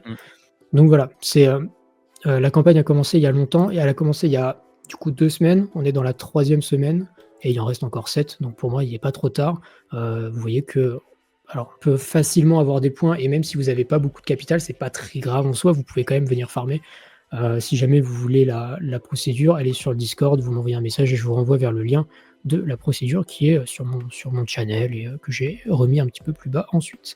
Voilà. Et il faut savoir que en France, vous n'allez pas avoir accès facilement à Backpack. Il faut que votre KYC soit validé manuellement, etc. Ils sont en train de faire les procédures pour être ouverts, mais ce Backpack, ce sera régulé, genre comme Binance, etc. Ils ont toutes les licences pour, hein. C'est FE, FTX, donc voilà. C'est un airdrop où un peu le prochain Hyperliquid, peut-être moins grandiloquent, mais quelque chose sur lesquels j'ai des bonnes convictions. Et même si, là, je vous ai dit $10 le point, je veux dire que même si on divise par 10, pour moi, c'est toujours des gains nets, en fait. Donc voilà. Mais tu connais la supply qui va être airdrop du coup? Non. On sait pas. Du coup, j'ai pris 10% parce que c'est ce qui est standard. Ah, t'as pris 10%? Ok. Ouais. J'ai pris 10% en standard. C'est pour ça que je dis que si ils airdrop 25%, la FDV peut être 2,5 fois plus petite. Et au final, on en revient au même, tu vois. Donc, c'est pour ça que les calculs sont difficiles. Mais en première approche, c'est aussi pour se donner un peu de baume au cœur. Et je pense sincèrement que ça peut être un airdrop rentable. Enfin, type Hyperliquid, etc. J'espère juste qu'ils vont pas milk les gens ad vitam. Mais bon, ça, c'est encore un risque. Et si c'est le cas, je me ferai baiser comme tout le monde. Voilà. En plus, c'est un sexe, donc en soi, ils ont pas besoin de supply, tu vois, c'est pas un L1, c'est pas... En soi, ils ont la supply pour eux, donc... On a vu les tokens d'exchange bien performer, quoi. Les BGB, il y avait quoi comme token de sexe qui a bien perf. Bon bref, truc... ils ont pas besoin de beaucoup de supply. Oui, c'est ça. Tu peux pas traiter sans KYC? Non, c'est KYC. C'est un sexe, hein. C'est un sexe régulé. Enfin, qui sera régulé, etc. C'est juste qu'il faut finir les trucs. D'ailleurs, les gens de chez FTX Europe qui peuvent claim en ce moment, je crois, sur Backpack, ou qui vont pouvoir claim très bientôt, quelque chose comme ça. Ouais, avril, je crois. J'ai vu passer des posts sur le GitHub ou un forum. Ça, en vrai, c'est bullish, hein. En vrai, tu dis que qu'ils récupèrent en fait la majorité des clients qui ont perdu de l'argent. Alors, à quel point après, tu as confiance dans Backpack, je sais pas, mais bon, je veux dire, tu as changé... T'as changé la boutique, t'as changé la façade. Après, je parlais pour le marché, tu vois. C'est 2-3 milliards qui arrivent d'un coup sur le marché. Ça fait aussi plaisir. Voilà. Ça a posé un bottom sec sur Bitcoin ou pas? C'est sur les salles qu'il faudrait, là. Bitcoin, c'est bon. Il y a 66% de dominance, il faut aller se faire foutre au bout d'un moment. Ça n'existe plus, les alts. Ça existe encore, les alts? Putain, c'est vrai. Les BTC Maxi, là, ils sont sont utiles, les BTC Maxi. Hein. Ah putain. On est en train de leur dire que leur Bitcoin tient mieux que tout le reste et qu'ils ont outperf tout le reste. Qu'est-ce que c'est royal. Royal. Ils se sentent bien. Tac. Bien, écoutez, messieurs, dames, ça fait tout pile 2 heures, un petit peu moins. Je pense qu'on a parlé de tout ce qu'il fallait. Si jamais vous avez des questions ultimes, je vous en prie, allez-y. Tac. Pause sur du SP, sur des repos. Va falloir aller faire une petite sieste. Hein. Petite sieste avant de prendre un dump sur le marché, impeccable. Yes. EBA en USDC 60 dans 75 jours. Non, mais sur Beratchain, il y avait vraiment de trucs intéressants. Je suis en train de vous finir l'interview aussi, qui devrait du coup arriver tout début de semaine prochaine. Interview qui est passionnante, que je vais vous doubler, histoire que vous ayez ça, même pour les plus mauvais d'entre vous, en anglais. Comme ça, on fera Tu plaisir. l'as écouté? Bah, je suis en train du coup. Tu es en train? Franchement, moi, je la trouve très cool. En vrai, il est cool. Smokey est vraiment. Ouais, Smokey est trop cool. C'est un bon gars. Il se prend pas au sérieux, quoi. J'aime bien. C'est quelqu'un de très passionnant et vous verrez l'interview, il est vraiment cool. T'as parlé des subnets Tao. Bah, il faut regarder le live que Joe a fait avec Victor. Avec Victor, c'était hier, c'est ça? Ouais, c'était hier. Franchement, Tac, il est trop fort. J'ai pas pu être là, mais vous avez ça sur la chaîne YouTube de Decrypted. Hop, que je vais vous envoyer si jamais. Je n'ai pas regardé la rediff, malheureusement, honte à moi, mais hop, si jamais ça vous intéresse, vous avez. Hop. Il y a plein de trucs à apprendre. Le lien juste ici. En plus, je sais que les subnets BitTensor en ce moment performent pas mal. Donc, si jamais ça vous intéresse, vous pouvez y aller. Et comme le dit Cosmic, Manta Minds, si jamais. On n'est pas sponsor, etc. Il y a Victor qui en a parlé, il y a les Wayne qui en a parlé aussi. Ça ne marche pas si mal aussi si jamais vous voulez spéculer sur les subnets de manière passive et qu'on s'occupe de ça pour vous. C'est un espèce d'ETF. D'ETF subnet, quoi. Mais en plus, je les connais bien. En fait, il y a un moment où j'ai dû hésiter entre les recevoir eux ou recevoir Mog Machine pour nous parler de BitTensor. J'ai choisi Mog Machine, mais là, j'aurais pu aussi les recevoir pour nous parler des subnets. J'ai choisi Victor. Bon, bah, désolé, Manta Mind, mais peut-être une prochaine fois. Ouais, j'aimerais bien les recevoir, c'est des bons gars. Ouais. Peut-être. Et Layer 3, vous jouez le deuxième airdrop? Pas du tout. Pas jouer le premier, et je vais pas me mettre à jouer le deuxième. Parce qu'en plus, c'est le genre de produit que j'aime pas utiliser. Layer 3? Ouais. Moi, ça va. C'est plus simple. Enfin, pour faire mes airdrops, je trouve ça assez utile. Mais j'avoue, j'ai pas du tout joué cet airdrop-là. Ouais. Je sais pas trop quoi en penser. Bien, écoutez, messieurs, dames, ça fait 2 petites heures d'émission. Vous aurez la rediffusion demain matin, à la première heure. Je vais m'occuper d'aller vous faire les petits timecodes et tout ça. Vous retrouverez bien évidemment les liens utiles en description si jamais. Et bien sûr, je vous invite à vous abonner si ce n'est pas encore le cas sur la plateforme où vous êtes, que ce soit YouTube X, que ce soit la chaîne YouTube de Decrypted. Si jamais ce n'est pas le cas, un petit abonnement à la chaîne YouTube de Decrypted. On arrive bientôt aux 2000 personnes qui regardent nos interviews. C'est absolument zinzinulant. Voilà. Si jamais ce n'est pas encore fait, je vous invite à le faire. Vous avez le lien dans les chats respectifs.